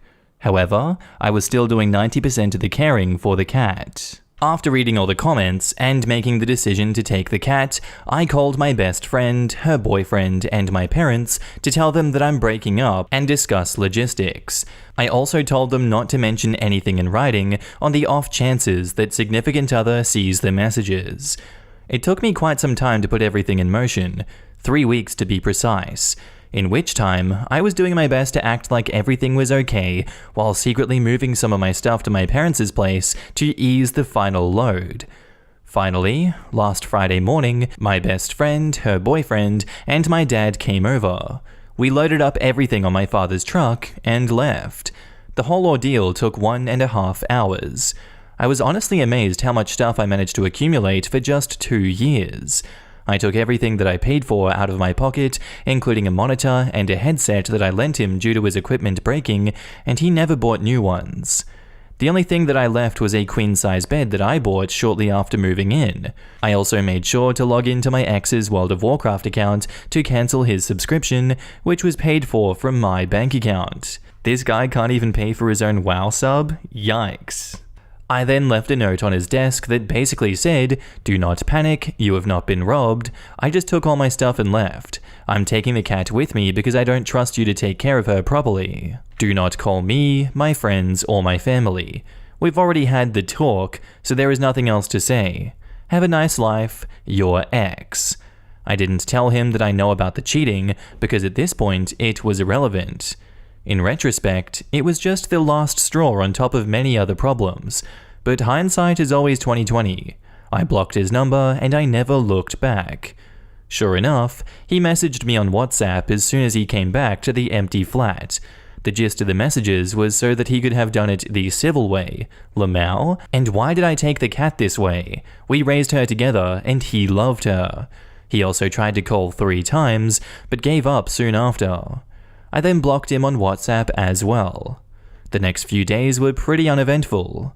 Yesterday, he showed up at my workplace unannounced. I was pretty annoyed, but didn't want to make a scene in front of the colleagues, so I took a break and went out with him to the park across the street. Knowing him, he wouldn't just F off and leave me alone. He said he wanted closure and that I owed it to him after all these years. The conversation was mostly boring, so I will highlight the important details. He said he wanted my monitor back and that he's willing to pay for it or trade me his new one, which is better, but wasn't with the same curve that he was used to. That's what she said. I told him that I like my monitor and tough luck. The best part is that he went out, bought a new monitor, set it up to play WoW, but realized that I also took the headset. He then asked his mother to buy him one, and she bought headphones without a mic. Pity. He asked to have the cat back. He offered me money, offered me all his crypto savings, and even offered me 60k in WoW gold. I told him some things can't be bought with money. He then asked to co-parent, and when I said no to that too, he asked to at least say goodbye to her in person. Also denied. I brought up that I'm the cat's primary caregiver and that he can't even clean her crap. He replied he could when push comes to shove, but didn't since I was doing those things anyway, despite him being in the flat almost 24/7. It's weird how much weaponized incompetence there is, hey? I also pointed out that if he really loved the cat that much, he would want the best for her and to be with the one who takes care of her, instead of wanting to keep her for selfish reasons. He kind of agreed on that. The most baffling part, he offered to pay me to go grocery shopping together. We used to do that all the time when we were together. I pointed him to a couple of sites where he can buy groceries and have them delivered. He said that it was too much work. I told him to adjust and to evolve. He also apologized one too many times for hurting me, to which I replied every time I wasn't hurt, I was just disgusted and cringed at the conversations I read, to which he got offended and mumbled that it was private, you know. Not once did he mention the side chick. Even then, he didn't have the balls to admit to the affair. In their messages, there was a recurring joke that if he comes to the hotel where she works, they'd have to screw in the janitor's room. I brought her up a couple of times, told him I wished them both the very best, and since I left him the bed, he doesn't have to worry about effing in the janitor's room anymore. He asked to be friends multiple times. I told him, also multiple times, he betrayed me, and he's a pathological liar, and I don't want to be friends with a dishonest person. He legit couldn't comprehend how his dishonesty impacts a potential friendship. He said he wanted to tell me he wasn't committed to me anymore, but couldn't bring himself to do that. I pointed out the hypocrisy of him blowing up at me for platonically talking to male friends online, but he cheats the moment a semi-attractive woman comes his way. He said that a woman cheating on a man is the greatest sin, but a man cheating on a woman is not so severe. What the actual F? The rest of the conversation was him trying to play buddy-buddy and talk to me about his life, and me reminding him that I'm not interested in his life and that he's a closed chapter to me. After what seemed to be an eternity, we said our, hopefully, final goodbyes, and I went back to work. In conclusion, for the past week since I left, I have felt like a huge load has dropped off my shoulders. I have all the time in the world, I'm working on myself, I'm reconnecting with people I haven't talked to in years, I'm trying to live my best life, and I don't regret anything. There were good times, there were bad times. It was a valuable experience and a lesson learned what to look for in a partner, and more importantly, not to overlook. Huge thanks to everyone that commented on my post. You really gave me the push that I needed to make what I hope is the right decision. And now in the comments, 28 years old, but he asked his mother to buy him a new headset and can't buy a grocery shopping on his own. I am glad OP escaped that trap. Home 24/7 still waits for OP to clean out the cat poop. That guy was not ready to leave Mum's basement. The bit about asking his ex to do his grocery shopping for him is the craziest part to me. Obviously not the worst thing he did, but what the hell? Clueless man-child or unrealistic narcissist desperately trying to regain control? I could see a stupid plan of, we'll buy groceries and then go home to put them away, and it'll be like before. But then also, he needed his mum to buy him a new headset. So, 50-50 odds. Weaponized incompetence pro trying his luck one last time. It's nauseating how men like him have no shame about choosing to be helpless babies. A woman cheating on a man is a sin, but a man cheating on a woman is not severe. I can tell this dude looks at those Alpha Sigma BS on TikTok, also known as Andrew Tate and Fresh and Fit. Let him live with his lack of self-awareness. He's invested in crypto, you know he's like that. It's so slimy that I involuntarily crossed my legs when I read it. He shouldn't be anywhere near a woman with that kind of BS rattling around between his ears. Yeah, if anyone out there is having problems with mold and mildew, put this guy in your house. He made me dry up like the Sahara. Our next post is titled, Am I the asshole for telling my mum to F off and refusing to have my sister's kids at my wedding despite my daughter being there? I'm 28 female, due to marry my fiance Dean, 30 male, in a month. We've been together for 11 years and have a girl, Ella, 5. Important info, Ella has autism, high functioning. She's incredibly quiet, keeps to herself, very polite, and acts more mature than some adults I know. Obviously we want her there. She just wants to go as a guest and that's fine. She is the only child under 16 allowed at our wedding. I was talking to Mum the other day about final plans when she asked me about childcare for Ella. I was confused, as we've made it clear from the start that Ella would be there, to which Mum said that as Sis isn't allowed to bring her kids, we just assumed that Ella wouldn't be there either because of their autism. Here's some backstory on my sister, female 34. She has twins, male and female, 7. When they were 3, her ex caught her cheating, DNA test done, kids weren't his, he left. She's been a single mum since. Before he left, the kids were well behaved. They had manners, they knew right from wrong, etc. Once he left, she just gave up parenting. When Ella got diagnosed a year ago, she came up with the notion that her kids are also autistic. They are not. She has taken them to multiple specialists, and they have all said that they don't have any mental disabilities. I know this because she moans that no one takes her seriously. She saw the same specialist that Ella saw, and she told me that she's incompetent as she could diagnose my kids but not hers. Her kids act up a lot. For example, no one invites them to birthdays, as last time they had tantrums as they couldn't open the birthday boy's presents and had to be stopped from smashing the cake in retaliation. If they aren't the center of attention, they scream at the top of their lungs. I had to ban them from my house because the last time they visited, they destroyed Ella's favorite books because she said no to them playing with her toys. I do not want these kids at my wedding because I know they will act up, and then Sis won't do anything because they're autistic. I can't discipline them. They don't understand. Luckily, hers are not the only kids under 16, so she can't claim that I've singled them out. I explained to Mum that Ella was the only exception from the rule, as she is ours.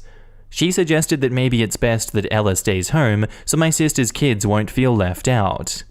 I politely told her no, and explained the other reasons for not wanting them there, but she kept insisting that it was the right thing to do, or just remove the rule for my sister's kids. After some back and forth, I had enough and just snapped. I told her to F off, just because my sister was her favorite didn't mean that she had to make everything about her/her kids, and especially not at my wedding. Mum left upset at me. Now I have her and my sis up my ass about it. Mum saying to either leave Ella at home or let the sis bring her kids. Sis because I said the kids misbehave. Dean is on my side and joked about just uninviting them both, which I'm seriously considering now. But am I the asshole here?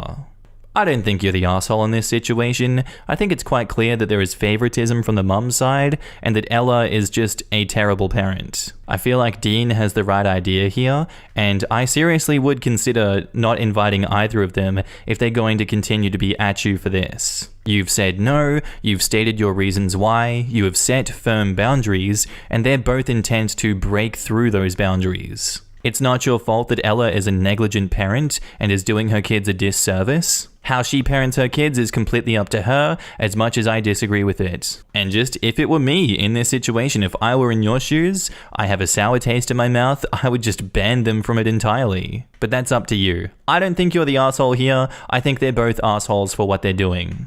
And now in the comments, not the asshole. Tell Mum that she can stay home and babysit the Terror twins. It's your wedding. No is a complete sentence. Disinvite the lot because if she's throwing a fit now, she's going to throw a fit then. You don't need the drama on your big day. Also consider going low contact to no contact with both of them.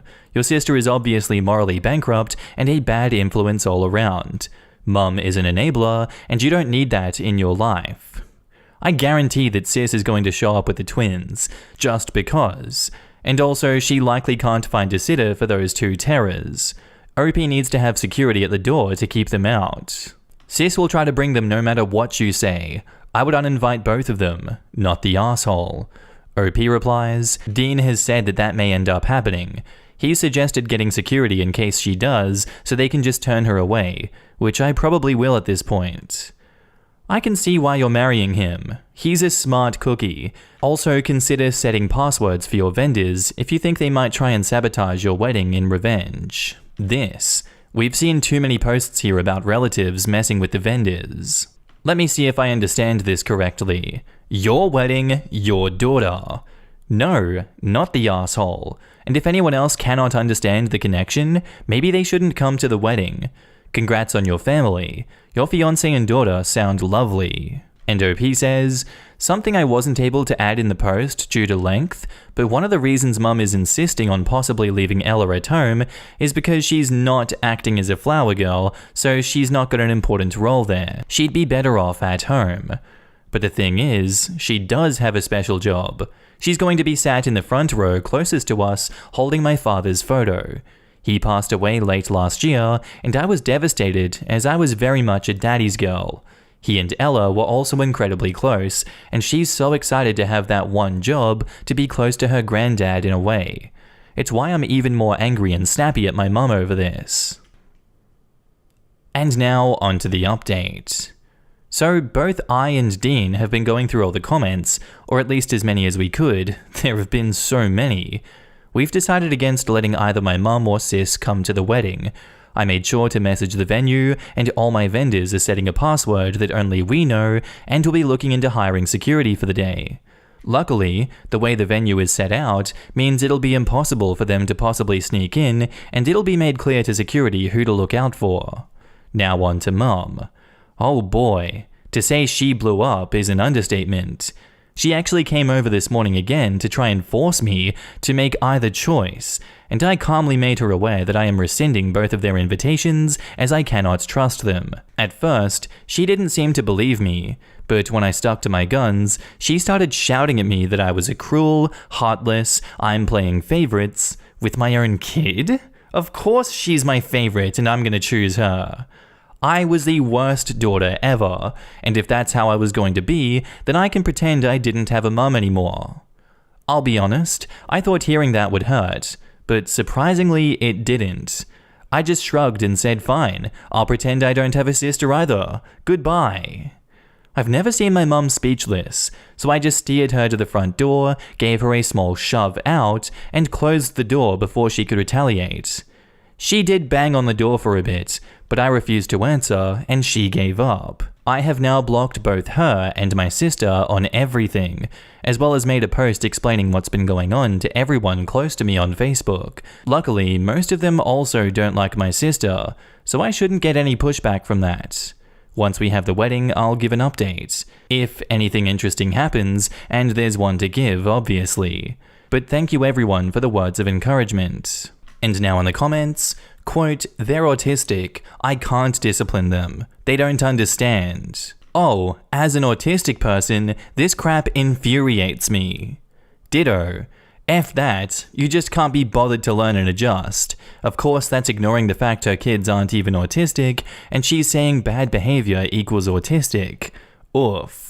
She wants them to be autistic because she wants their behavior to be as a result of something other than her shitty parenting. She knows she's a shitty parent. She just wants to scapegoat something so that she doesn't have to feel like it's her fault that they turned out that way. OP did everything right. Put her daughter first, set boundaries, and held her ground. I love updates like this. I love the playing favorites bit. Like, what, lol? Why wouldn't you favor your own kid over your niece and nephew? Even if your niece and nephew were perfect angels, she would still favor her own kid. That's how it works? Not to mention this coming from the mum who herself was clearly playing favorites between OP and her sister. I also love how OP seems to be the first one making a public post explaining her decision and others backing her up on that.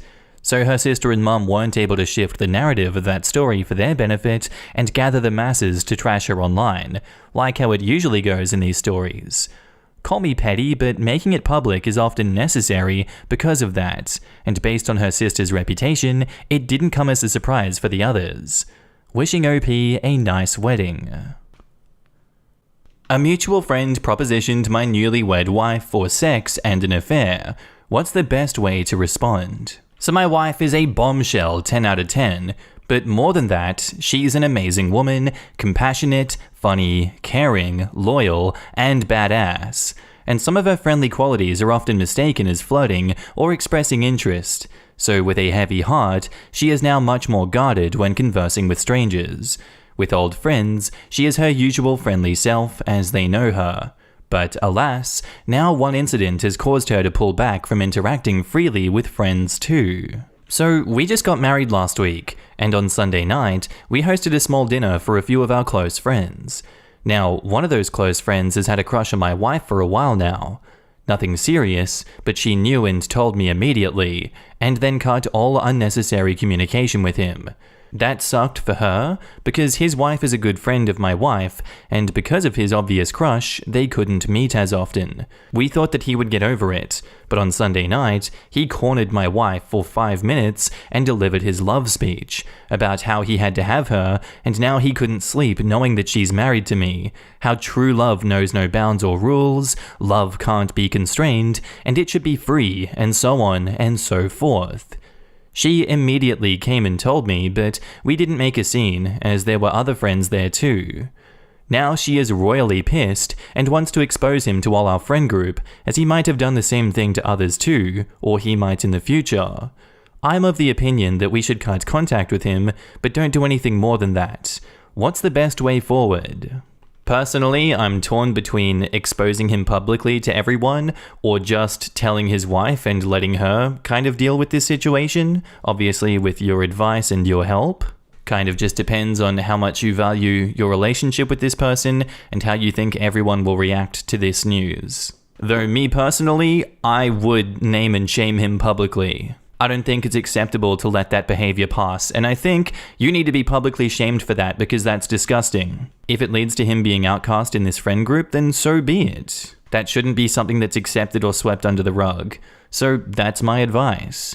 And now in the comments, dude, you obviously tell his wife and then follow her lead with this, as if you just want to sweep this under the rug. Like, damn, at least be a good person and look out for the wife of this scumbag. Who would want to be married to that with some of your friends knowing what kind of person he is? Come on. Also, make sure she is never alone with this creep, and she's aware that she should be careful around him. It sounds like he's obsessed and might have even deluded himself into thinking that your wife loves him too. Right? This bloke is so clearly off his rocker to have been saying those things that he was spouting. These are not friends, man. I don't understand how people keep weirdos like that around. Some people live for the drama. I would 100% in your wife's shoes tell his wife who is her friend because that's obsessive, creepy, and disgusting. It's not cool to just let the other wife be married to this man. Yes, hiding this from her is just gross. She deserves to know exactly who she's married to, a sleazy little creep man. That guy sounds delusional and pretty creepy for cornering your wife during a wedding celebration too. What the hell? Let his wife know about this and cut off contact and never ever invite this guy ever again to anywhere. Also, maybe it's a good idea for your wife to carry a taser or something when she's out. Put cameras around the house if these people know where you live. Block the guy on every social media platform, and don't accept friend requests from anyone. Something about the creepiness of it reminded me of a similar crime story in my town. This guy, married and a young father, was in love with this woman, I think newly married. They are neighbors and lived in the same apartment complex. One day, he decided to kidnap her when she was about to leave for work. He assaulted her, then killed her, then dumped her body. He was caught eventually, and there were videos from CCTV, etc., proving that he was the one who took her on the day that she had gone missing. He ended up admitting everything, and I remember how in the first 48 hours of her disappearance, how people online were already blaming the husband. Sorry for the true crime story, but if this guy is unhinged and crazy enough for your wife, yeah, you guys probably want to be careful. And now, on to the update. So I got a lot of good advice, and some well-deserved criticism about my behavior too. It was indeed not right for me to take it as lightly as I appeared to do, Believe me, I wanted to fight him, but it would not have solved any issue, only created more. But one thing the majority of commenters got right was that I should have fully supported her desire to go nuclear on him, and I appreciate the honesty from you guys. So anyways, I went and told her that I'm sorry I was not more supportive, and I'm now 100% behind her, even if it means I have to kick his ass. She laughed and said she has devised a plan of action. She was going to talk to his wife first, and then inform all the women in our friend group, as she thought that it would be irresponsible for her to ignore his behavior in case he tries, or already tried, with anyone else. So she called his wife for lunch today, and she told him. His wife was heartbroken, and I stepped away to give her some freedom to vent. I went out and came back when my wife messaged me that she had gone. She told me that his wife confessed that it had happened once before too, when they lived somewhere else. Apparently she seemed almost resigned to the fact because she wasn't angry. Rather, she was sad, and when my wife told her that she will be telling other women of his behaviors, she didn't protest. My wife has called everyone for lunch on Saturday, and that's when she will tell them. She even feels bad about the wife, but feels it's kind of a moral responsibility to warn everyone. I am in complete agreement here. That's the update. And I'm gonna go treat my wife to some homemade pizza tonight, since she is so awesome. Yeah, I can make pizza, lol. Thanks for the suggestion, guys. And now in the comments, backing your wife is the right move, and your wife handled it like a champ, telling his wife in private, and even letting her know that she's going to tell other women in the group. Good update. It sounds like your wife is a 10 on the outside, and at least a 12 on the inside. I'm so glad you took the advice to support her 100% and hope you will continue to do so. Best of luck. Well damn, glad to see that both of them had good communication and had each other's back. Couples that post on Reddit like that are not common. I'm glad they're also warning other women in their social circle. It annoys me when people pretend like it's somehow not their business to tell. It's a shitty remnant of older times, and I can't wait until we turf it all over. Don't rock the boat always ends in the pain and suffering of vulnerable people who don't have the strength or energy available to stand up for themselves. It reminds me of my poor spouse. A young lady at his work confessed her feelings for him. He short-circuited and quickly excused himself, and then he called me on break in a panic. What do I do with this? After a good laugh, I coached him on how to gently but respectfully turn her down and explain my existence, in addition to noting that she was far too young for him and that it would be professionally inappropriate. Thankfully, she was not a friggin' sociopath and was hurt, but understood. She's very young and a touch naive too, so I'm actually glad out of all the guys in his office, she crushed on my husband instead of an opportunistic asshole. Our next post is titled, "Should I Tell My Dying Husband I'm Pregnant?" Hey, this is really shitty, but I'm 39 female and a mother of 2 teens, and married to a 40 male guy that I'll call Steve. Sorry if this is all a mess, it's a bit of a messed up story. The marriage was basically one of convenience. Steve and I are both divorced and have been friends for decades. This past spring, Steve found out he has a rare cancer, and the doctors gave him maybe 6-ish months to live. 3 years ago, Steve sought out the daughter that he had before his marriage from a one-night stand in his 20s. When he found her, he discovered his daughter, 10 years old, I'll call her Sarah, was being horrifically abused by her mother, who had had some kind of mental break, I guess. Anyway, he spent a year fighting for custody of this child that he hadn't seen since she was a baby, and he eventually got it. Then spent 2-ish years working with her and getting her to heal and trust him, and surprise, he's effing dying. Anyway, the marriage thing was mostly about Sarah. We were advised that getting married would be the quickest and easiest way to make sure that I get custody of Sarah when Steve passes, in case Sarah's mother decides to try for custody again. As a side note, I 100% do want custody of Sarah, no question. I love her very, very much. She's already like a sister to my 2 kids, and similar in age. That girl has gone from not owning a frickin' pair of shoes to being a funny, smart, all-around great kid. Anyway, we got married on paper, no wedding, and Steve and Sarah moved into my house. All the kids knew what was happening and were surprisingly cool with it. Yeah, so stuff happened between me and Steve. He confessed that he had been in love with me for a long time, and I just kind of said it all back to him, even though I'm not 100% sure of my feelings. It all just happened so fast, I don't know. Maybe that was wrong of me, but I wanted his time left to be happy, and I do care for him a lot. In the last few weeks, Steve has gone downhill very quickly. He's still mostly at home, except for a few short hospital stays. There are nurses that come every day, and he's on strong pain medicine, so sometimes he's himself, but a lot of times he is really out of it. He basically is just here dying right in front of my effing eyes, and it sucks. And I just found out this week that I'm pregnant. I'm not sure that I want to keep the baby. I'm old as dirt, with now 3 teenage kids to think of. I'm strongly considering not telling Steve at all, but it feels very wrong. Telling him also feels wrong. He's more upset about leaving Sarah than he is about dying, so finding out he's leaving another kid behind will probably only hurt him. Having an abortion feels wrong. Keeping the kids feels wrong. Nothing about this is okay, and I really just want a cigarette and a bottle of wine. And now in the comments, decide if you're keeping it first. If not, say nothing. If you do, well, if it were me, I would want to know. Gives him a chance to maybe record a sweet video or buy the kid a present or something. Something that kid will always have from their dad they never met, you know? And OP replies, "Gah, I can't stop thinking about this. I got to wondering how to make Steve look good, aka not like crap in the video, and now he's wondering why I put a hat on him while he's trying to watch TV. Thank goodness I have a long history of being a complete weirdo. If you decide to tell him, I'm sure he'll agree to let you clean him up some." And OP says, "I'm sure he will. I was just trying to imagine it in my head. It's less depressing than some of the other stuff I've been imagining lately. Gods, yes, be angry.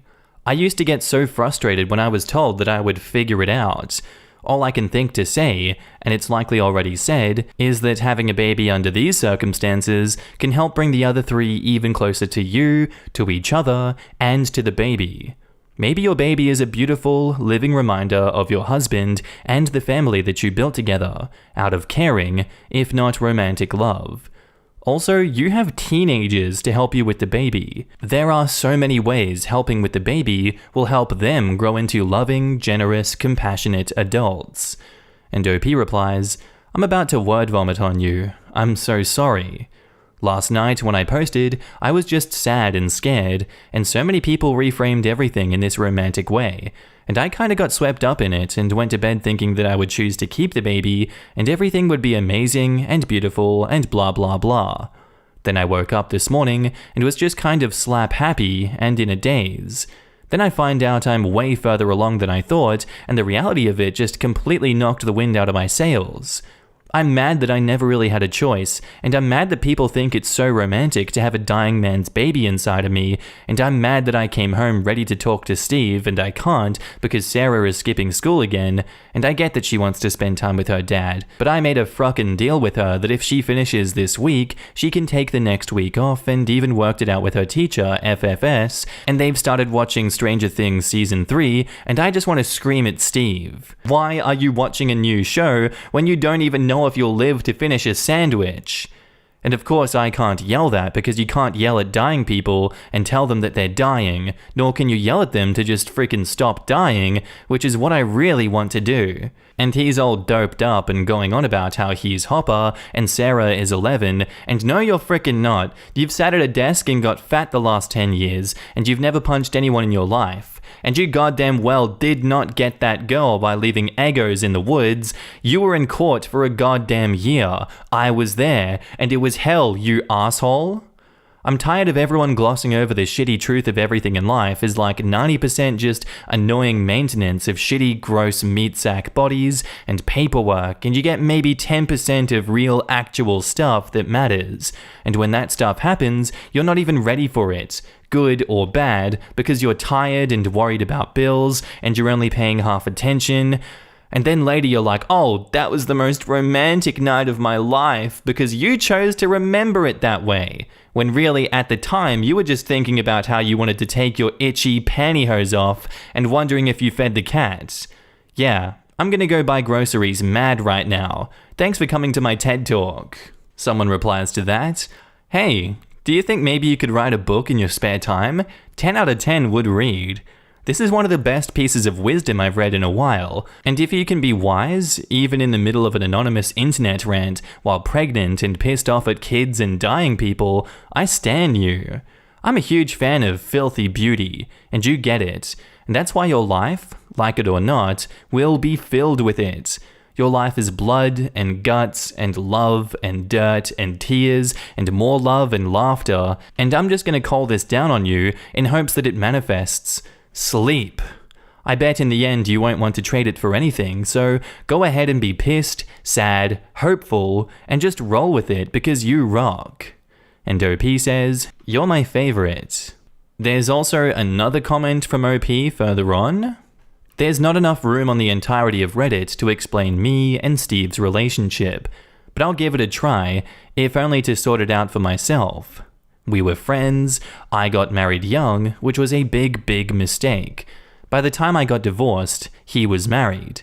After he got divorced, I was dealing with major health issues with my youngest, and then Sarah became his focus. Somewhere in that mess, we worked full-time jobs, buried 3 parents between us, made and received late-night drunk calls to and from our exes. Well, sometimes the calls from my ex were from a jail cell, but it was always about time. There was just never time. This past year, being single parents together, we were a great team. Steve taught my oldest how to drive. Steve called me at work when his daughter got her period. God, that was funny. We had each other's backs. I was starting to fall for him. It seemed like it was inevitable. It seemed right. It seemed like we finally had time. But we didn't. And then everything just got rushed and pushed together and compressed, like someone was pushing fast forward in our lives, or the writers were rushing the ending to go to work on Star Wars. So yeah, I love Steve. But the last few months have felt weird and artificial. I'm grieving for the relationship we could have had, or the one that we were supposed to have had, damn it, more than the one we do. Anyway, go hug your loved ones, or whatever the moral is here. Wrote more than I meant, and I'm freaking crying again. Gross, lol. And now on to the update. I'm pretty sure that I'm going to keep the baby and tell Steve, but I want to sleep on it first. Also, Steve is definitely out for the night. Thanks for listening. I'm gonna go do the dishes, feed the cat, and go to bed. We'll continue to read and respond to comments when I can, and hopefully update at some point before the weekend. Update 2, saw the OBGYN this morning way too early. Seriously, why are you even open at 8 AM? And here's the twist.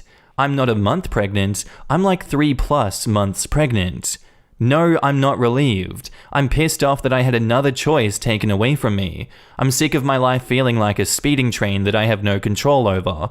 I'm sick of everyone romanticizing everything. I'm tired of everyone saying I'm strong when I feel like I'm just doing the bare minimum to keep my head above water.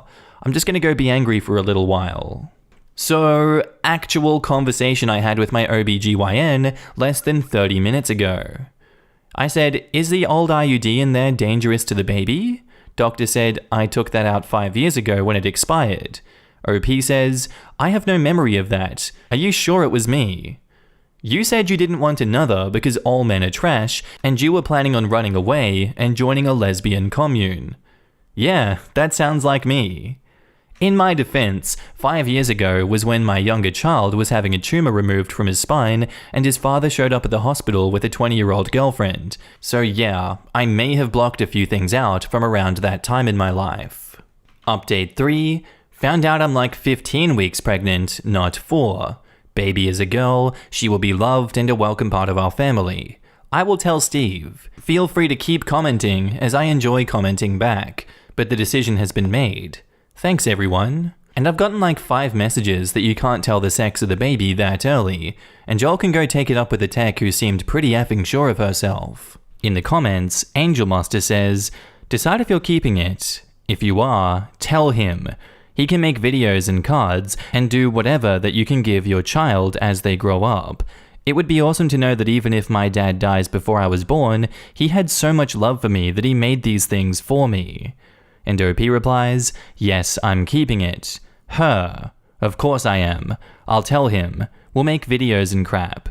Did anyone else see that episode of Queer Eye where the mum had to write cards for her twin sons for every birthday before she died?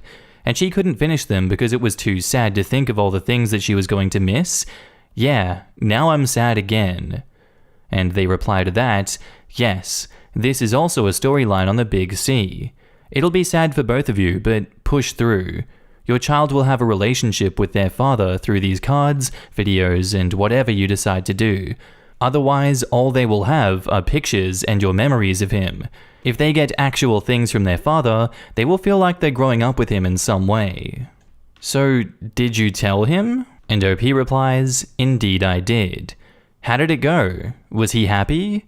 So I cuddled up to him and showed him the ultrasound picture and said this is our girl, or something like that. He was quiet for a minute and then said, she'll have a sister, which is not what I expected, but I agreed that yes, his daughter will have a sister. Then he asked if I was going to be okay, and I said yeah, I'll be okay. And we laid there for quite a long time, and that was about it. He's been quiet today, but sometimes he's like that. I need to tell the kids and ask him about making a video or letters and cards, but I want to give him some thinking space first. So I can't really answer about his emotional state yet. This is all I know so far. Tomorrow is my last day of work before I take FMLA, so there should be more time to talk in the coming days and weeks. And now to the final update. I'm not sure if anyone will ever check this post again, but for anyone who finds it in the future, Steve passed away a few days ago. We're all okay. Things are okay. I'm doing fine. Paperwork is a cow, and I'm caught up on laundry. Everyone who read my comment that Steve and Sarah were watching Stranger Things Season 3 and didn't warn me about the ending can die in a Reddit fire. It was traumatic. What a world. And now in the comments, damn, I want to know about baby sister and how everyone's doing, especially Sarah. Poor OP. And this is all a few months before COVID too. She would have given birth within the first few months of the lockdowns, pretty much all on her own from the sounds of it. That's really rough. The older teen boy may have been there to try and help how he could. Not in the delivery room for many obvious reasons, but if Steve had been teaching him to drive the previous years, then I would bet he was in his late teens to early 20s and able to help out where he could. OP shows a lot of strength, and I admire her telling Reddit to F off with romanticizing the situation. And that's really all we do, one way or another. The people who share their lives are venting and seeking advice, and we're getting a drama fix. It was good to get hit with a reminder that this crap isn't a movie, it's real life. That baby will be a loved member of the family and a memory of her father, but she's not some sort of beautiful parting gift. OP will have a lot more difficulties to face, but I hope and believe she'll be facing them with a lot of support and love. I absolutely loved her writing. Me too. I identify with her sense of humor. I like that she could admit that she is calling Steve an asshole in her head while lovingly caring for him. She sounds like an incredible woman who's seen some crap and lived to tell a well-written story. I've seen some crap too, but not this much. It does take some therapy to be able to live again. I hope she got it. She's kind of a badass. She showed how it's okay to be really mad at someone who's dying and still show them love. She's going to be even madder after he dies, and that's okay. People forget that it's okay to be mad. Am I the asshole for not donating my bone marrow to my birth father? So I, 17 male, am adopted. My birth parents weren't able to care for a newborn, and I ended up in foster care because of it. I was adopted by my family when I was 2. I have a very happy life, one that I likely wouldn't have with my birth parents. About a month ago, my birth parents got into contact with my family. Long story short, my birth father is sick and needs a bone marrow transplant. They are on a wait list, but haven't heard back just yet. I am the only child they ever had, and odds are I'm a match. Pretty much they wanted my parents to get me tested and then donated my marrow to him. My parents told me that it's up to me, and after some thought, I said no. I don't know them, other than they gave birth to me. They have had no part in my life whatsoever, and now they suddenly need me? Well, they sent my parents a nasty message saying they can sue me to force me to donate my marrow. I do feel a little bad, but I feel like this isn't my problem.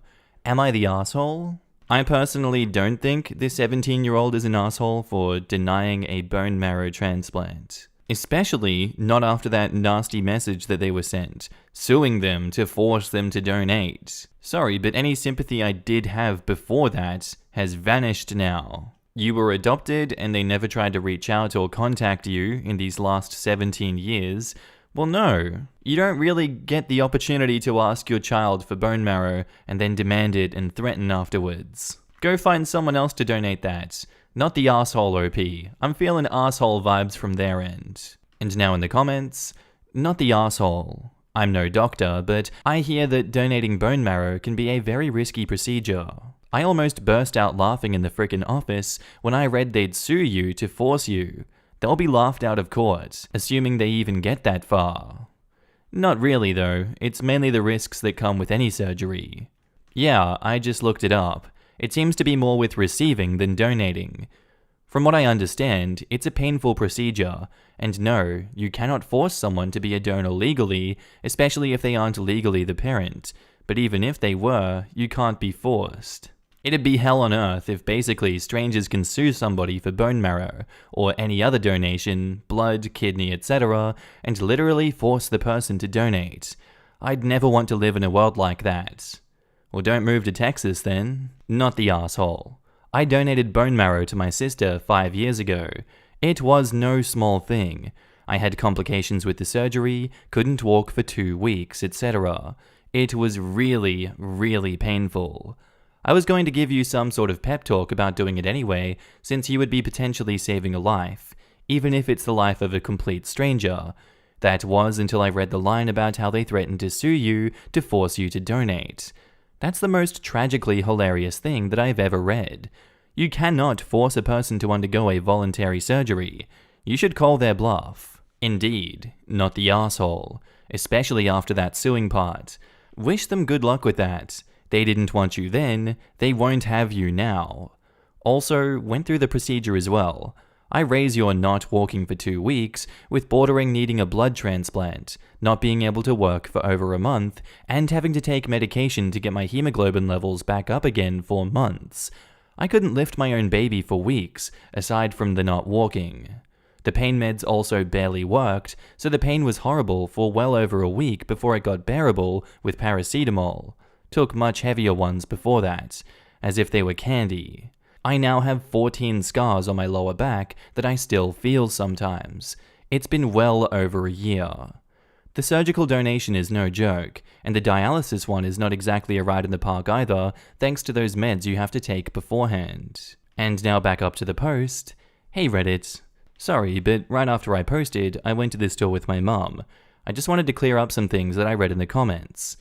I'm a boy, but I'm flattered some of you think I'm pretty enough to be a girl. I have no contact or anything with my birth parents. From what my parents told me, I was put into foster care when I was less than a month old. That is how they got me, and they decided to adopt me, which was finalized when I turned 2. I have 4 siblings, and I have a great life. They told me when I was old enough that I'm adopted, but outside of that, I had no idea who my birth parents were, or what they even looked like. Someone said I should just do it, cause what if I need medical information? What if I want to get to know them? Or something like that. Yeah, no. I have no desire to get to know these people. None. I have no desire to seek out grandparents, cousins, and uncles. I don't want to know if some form of rare cancer runs in the family, cause they are not my family. I haven't spent 17 years of my life with them. Why would I want to get to know them? And for those of you who kept saying you should reconsider it, how about you donate to him? My parents told me to think about it. I thought about it, and the answer is no. No, I'm not doing it. That's it. Morning Reddit. It's early, I'm getting ready for school between typing this. I read more comments this morning, and again, let me clear something up for you all. My egg and sperm donors didn't lovingly give me up, I was taken. My parents don't know the exact reason, because that information was never released to them. They were told, and I quote, "It wasn't a good environment for a child. I was taken. Even if they had given me up, it doesn't mean I owe them anything. It's not like I asked to be born like every freaking child on this green earth. If being born means I'm suddenly in debt to them, I would have been the slowest sperm you'd ever seen. I would have happily raced into a sock. Y'all can be a bunch of hypocrites. In one breath, you say there are kids in foster care who need a home. Well, I was a foster kid who was given a home by 2 loving parents. And then in the next breath, you're saying, what about your family? I have a family. They have raised me for 17 years. Medical history? Some very helpful people have privately messaged me to let me know that in 2021, I get all of that crap without ever having to speak to these people again. Ever. Amazing how far science has come, right? I'm going to be showing this to some of my friends today because I have to admit, I'm over it. It's not my problem if this man dies.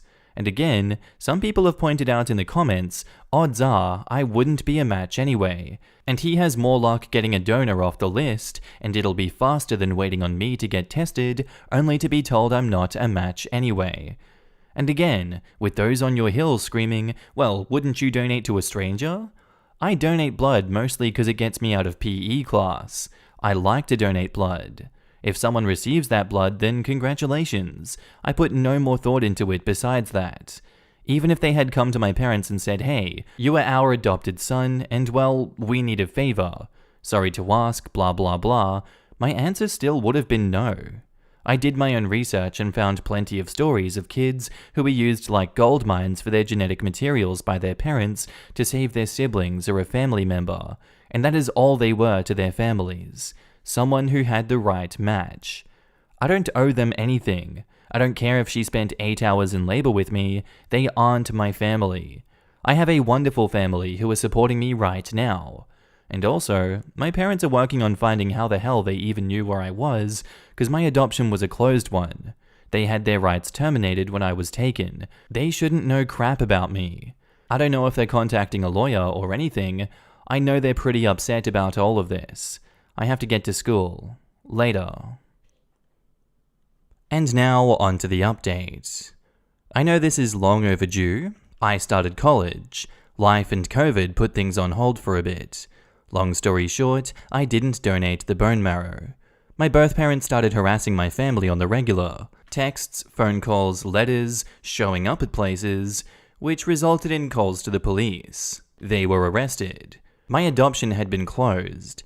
They used some shady private investigator to find me, and basically just showed up on the doorstep demanding my bone marrow. My family did press charges. As of right now, as far as I'm aware, they're still sitting in a prison cell while they wait for their day in court, as things are still delayed due to COVID. I guess my sperm donor's illness wasn't that serious, or he got a donation. I don't know.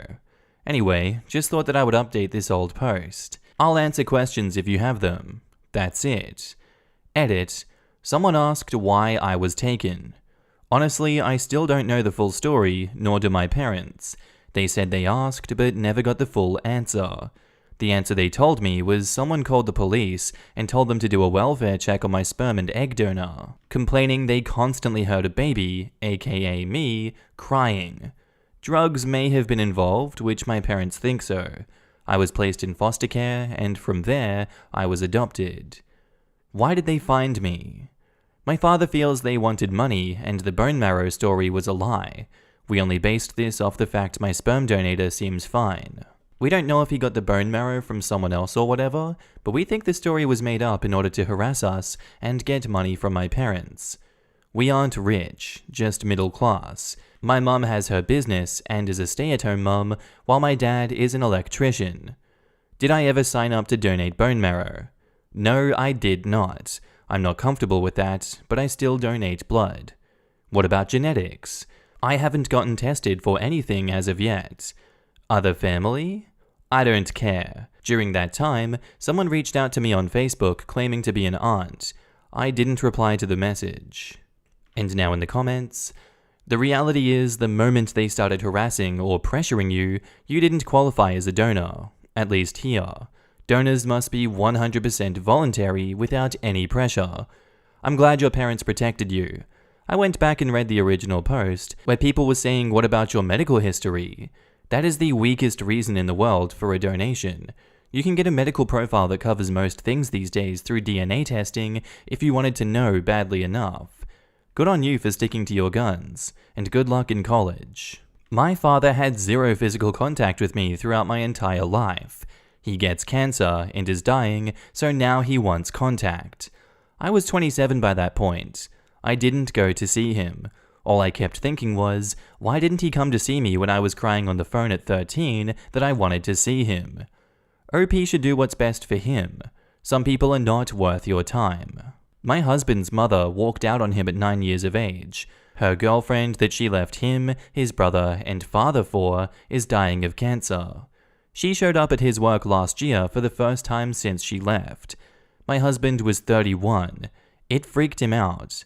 He called his dad and I talked to them.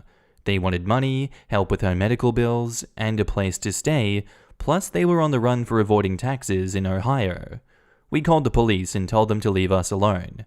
She wouldn't give answers for why she left, so my husband and his family didn't want anything to do with her. We were already struggling with my disabilities. Why should we support them after what they did to my husband and his family? His body, his choice.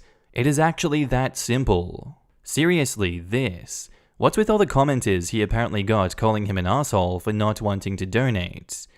Probably from people who have zero experience with making difficult and complex decisions in life and prefer to pretend that all families are happy and loving. They have no basis for comparison or care to reflect on what they'd actually do or feel, but screeching nasty crap on the internet at a teenager is easy, so they do that instead. Our next post is titled, I saw my husband caught with a woman in a picture while scrolling a local influencer's IG. He was supposed to be out of town. I don't know what to do. We just had our baby 6 weeks ago, and when he told me about his business trip, I got a little upset because I'm all alone here, and this is our first child, so I don't know what the hell we're doing most of the time. I couldn't just refuse to let him go, however, because I know when I met him that traveling is part of his job. So, he left. He's very supportive otherwise. Very happy about being a father, and he called us maybe 5 to 6 times a day to see if we're doing alright. Last night, I was scrolling down Instagram, and there he was in the background of a local celebrity that I followed, sitting in a restaurant with his friend from uni, the woman who always disliked me and who he told me not to worry about. He's been on this trip since Monday and is supposed to be coming back on Monday. I'm so heartbroken. I don't know what to do. I will obviously talk to him when he gets home, but what are my options afterwards? I'm a stay-at-home wife right now, and I haven't worked since I graduated 5 years ago. My husband makes a good living, and he didn't think me working was a necessity. I don't have a family except him. If I leave him, how am I going to fend for my son? Who is going to take care of him if I start working? I feel so trapped. And now in the comments, screenshot it in case she deletes it. I agree. Screenshot just in case husband denies it.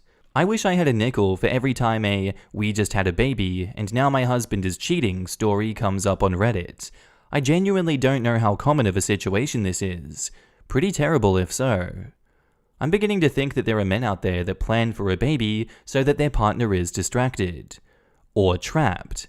The things OP is worried about are pretty common concerns. A woman may be more likely to look the other way on infidelity if she feels like she has no other financial or social support for her and a young child. It's something like 82% of cheater men start cheating after their first child with a partner. Who knows how reliable this statistic is, but terrible if true. This makes me feel sick. Y'all should also check the stats on how many men leave and cheat on their wives when their wives suddenly get super sick and end up in the hospital. It's messed up. This happened to my elementary school music teacher. She was married to the gym teacher at my school. She ended up getting diagnosed with cancer, and when she was going through chemo, he cheated on her with another teacher who worked at the same school. From what I know, they got a divorce and now he's married to the teacher that he had an affair with. I said this in another comment, but the picture might be a few days old. The influencer might not have uploaded it in the day that she took it. So maybe try to video call your husband, and maybe try to ask for the view of his hotel room. Try to ask him stuff that might force him to speak more about where he is, so you can know for sure that he lied about his business trip. Also, if he tells you the name of the hotel, you can try to call and see if a sympathetic employee can give you any info about him being or not being there. I thought so too, but she made Insta stories as well in the same restaurant. I like the idea of trying to video call him. I know Insta celebrities that also post days and weeks old stories. They line up all of their content in advance so they can take a break, but it looks like they're active. They also do it to try and prevent stalkers. Don't jump to conclusions unless you've ascertained where your husband actually is. However, this still doesn't explain why he was out to dinner with his friend in the first place. One that is disrespectful of OP, and didn't mention it at all to you. I think it would be helpful to mention this or ask your husband about this, especially since you just gave birth and have a brand new baby and are already feeling alone. If it's not something he's trying to hide, it should get sorted pretty easily. If not, then you'll have more questions. Good luck, OP. And now back up to the post, we have an edit. I am so overwhelmed with the amount of messages and support. I'm going to make it clear here that I'm not going to jump to any conclusions yet. I just had my suspicions about the friend, and I was always wary of her. I'm going to give my husband the benefit of the doubt, of course, but unfortunately, my gut feeling is telling me this is what I am dreading the most. Thank you. And now, onto the update. Hello again. I'm so happy I found you guys here. My husband is home now. It was what I feared. I don't know if I made a terrible job of explaining the situation in my last post, but the influencer lives in our city, and she was in a restaurant in our city. My husband was supposed to be out of town on business. I took the advice that you gave me about influencers not usually posting same-day pictures, but it still struck me as an oddity because he has never mentioned having dinner with his friend. I tried to contact the influencer, but she has over 1.5 million followers. As I said, my husband's work includes a lot of traveling, and he usually does a video tour in his hotel for me or sends me some pictures. This time he didn't, so yesterday when he called, I asked him to FaceTime me to see our son. He told me to wait because the room was messy, and he called after 5 minutes. We talked and he saw our son, and then I asked him for a mini tour. He showed me some parts and I took screenshots. My husband laughed about me taking screenshots and was a bit confused. It isn't that unusual for me to do anyways, so he didn't make a fuss. I went later to Hotels.com and started comparing pictures. I found a hotel within 15 minutes. It was less than 10 minutes from our place. It was a bit late, but I took my son and went anyway. The front desk didn't want to tell me what room he was in. I asked her to tell him to come down, but she refused to do that since it was midnight. I texted him to come down to the reception. When he came down, he was like he was seeing a ghost. I told him to take me to his hotel room now. He refused and asked me to go home and that he would explain everything later. I told him that if he didn't take me to his room now and without warning to see his friend, I will scream. I don't know why I wanted to see her. It's like even after finding out he's been in town all this time, and even after seeing the look on his face, I still wanted to catch them to drive the message home. So my heart doesn't cave to his excuses and explanations that he was already starting on. He refused, however, to take me up. So I just left with the baby. He came home maybe an hour after me, and he wanted to talk and explain when I'm ready. I'm not ready yet. I asked him to move out and leave me for the time being. He agreed. I don't know why he did this, why he married me. I'm 29 and he's 39. His mistress is 39. She's a single mom and they're more compatible and they get along very well. And they obviously love each other, so why didn't he just be with her instead and save us all the heartbreak? Honestly, what's wrong with people? More updates. I'm sorry, I don't want to make any more updates. My husband has agreed to moving out of our apartment. Since we have a prenup, I'm essentially not entitled to anything, but he's offered me the apartment since I have nowhere to go. I told him I needed more assurance that the apartment is for me and my son. He's going to transfer the deeds in my name, whatever that means. I'm also going to get alimony or allowance, whatever it's called, until my son is old enough to start looking for jobs. All of this conversation was recorded. On Monday, I'm going to talk to a lawyer to make sure what my husband promised me is going to happen. In return, he asked me for separation and not to divorce for 2 years. I agreed. About the other woman. I don't know if it's worth my energy to find out more. They've been friends with benefits when they're single, but never had a relationship. They've known each other for 20 years. I didn't want to hear anything about them. I always had my suspicions. He made the usual excuses about her meaning nothing. It was a mistake, and this was their first time, because he felt neglected because I wasn't as interested in him as before the baby. He swore he never slept with her during our marriage until this week. I don't believe him. If they end up together, I wouldn't be surprised, even though he assured me it will never happen because he doesn't love her. Now in the comments, the hotel was less than 10 minutes from your house, but he showed up like an hour late instead of running after you? Obviously, he had to go to her to talk the plan with her. Pfft, idiot. Exactly. There is nothing left to say to him. Don't listen to the crap. Get a lawyer and split. And start the divorce proceedings. Separation for 2 years instead of divorce could hurt you, depending on the prenup and your state laws. You may end up with nothing if you wait. Talk to a lawyer ASAP. He is so far below scum of the earth. Lol, to let him explain? There is nothing to explain. You're quite clear on what he was doing. And as for your questions, no answer he gives will be able to make you understand or take away the pain. The answers are that he is selfish.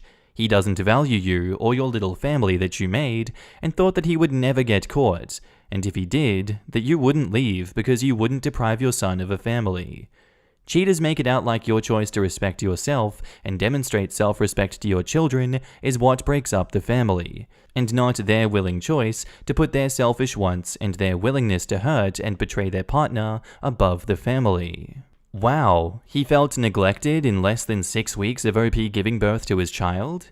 That's less than the time a woman is even allowed to have sex after birth. It was probably the most convenient cliché that he could give that felt like it made sense to him. And now onto the final update. Hi again. I wasn't planning a new update. I am so appreciative of all the support I've got here, but also I have received a big amount of hate. It's a small number compared with the majority of people who showed me support, but I don't know why it got to me anyway. Maybe because I already feel vulnerable, or maybe because these things were always in the back of my head. I was attacked for being a stay-at-home wife, for being young, for being a gold digger, for having an older husband, for having a rich husband, for having a baby with my husband, for exposing my husband's infidelity, for not having a safety net, for trusting my husband, for not trusting my husband enough, for demanding that the man that I love leave our home after he cheated on me, and it goes on. I should have just ignored everything and concentrated on healing, and I'm going to do that. But I have a small final update to share with you thousands that cared and supported. I don't have a family because I'm an only child. My parents died when I was 5. My grandmother raised me, and she died when I was 20. Many have requested an update about his friend. I texted her that she is an ugly, pathetic, cheap HOE who always hated me and always has been jealous of me. That even if she ended my marriage and ruined my happiness and the chance for my baby to grow up with both his parents and the future siblings we've planned, she will never have my husband because she is an ugly, pathetic, cheap HOE. It has never happened and it will never happen, but if her goal in life was to sneak around in hotels with married men, then congratulations. I told her I wished what she got from him was worth ruining my life, but that I'm happy that I at least don't need to have her in my life again. I didn't feel any better, to be honest, and I regret stooping so low. She texted me back, a picture of her and my husband at the hotel with the winking emoji. I forwarded it to my husband. This was yesterday. He showed up around dinner and told me everything. He slept with her during our relationship. He told me he was sorry and that he was relieved now that I knew everything because she can't hold it against him anymore. I kicked him out. I regret knowing all this. We had our first meeting with the lawyers today. The prenup covers my husband's assets until we got married. He comes from a wealthy family. I'm not to touch any of that. My husband is self-made, however. I'm entitled to 50% of everything he made since we got married. My husband also offered our apartment as an apology, even if the apartment was from his family, and he's going to pay child support. It's really all I need right now, and much more than I expected. Divorce takes a couple of years, or even more sometimes, especially when children are involved. I think that my husband lives with the hope that I'll forgive him down the road. I know he's always been generous, but he must have some kind of hope to make me this offer because it can't be just remorse. He apologized for hurting me, and I can't even describe how lonely and devastated I am right now. He and my son are my only family, and I've lost him, and all for what? I can't believe I still love him so very much, and since he moved out, I haven't stopped crying. I miss him. How could he do this to us for an ugly, pathetic, cheap HOE? And now in the comments, get everything agreed upon and in writing quickly. He might be willing to give up stuff right now, but he might change his tune in the coming weeks and months. Do not trust him to keep his word on anything. And OP replies, that's what the lawyers are going to do. I'm unfortunately very ignorant in these things. I just want my home and my baby safe.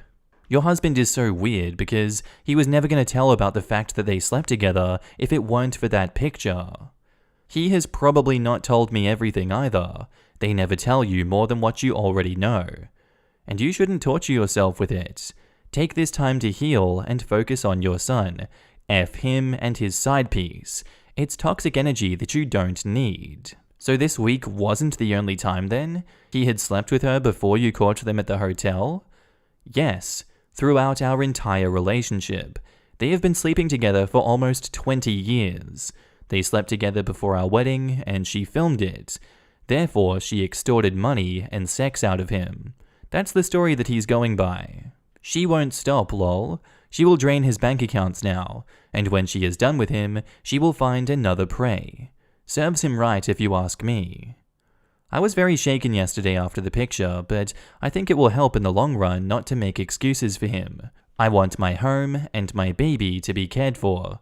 She can take the rest. So he puts himself as a victim because the mistress was always threatening to tell his wife of the affair? The balls of this guy. Well, it's working. She wrote an essay about how awful of a person the other woman is, while the husband is defined generous for letting her stay in the house with her child. The blame is placed on the single woman and not on the married man as usual. So sad to see. The way I look at a situation like this is, she had nothing to lose. Still not a good person, while he had everything to lose, knew the risks, and still went for it, so he is the one to blame here. It would have taken him so little effort to, not stay at a hotel plowing his mistress, literally blocks away from the home that he shares with his postpartum wife and weeks-old newborn child. Also, for bonus points, I like how she tells us that he comes from money, but he's a self-made man. No, honey. When someone is born on third base, they don't get credit for hitting a triple. His family and money gave him a head start. Your emotional support and home-based labor helped him do as well as he did, and him giving you a share of what he earned himself while you were married is not charity. It is years' worth of unpaid wages to you, with a broken trust and voided social contract fee thrown on top for your pain and suffering. Take everything you can get and do not go back to him. And take care of that baby. And that's where I'm going to end today's episode, guys. That's a bit of a grim one, but these stories happen. I do hope you enjoyed it. If you did, let me know what you thought about it down below, and I will see you on the next episode. Bye.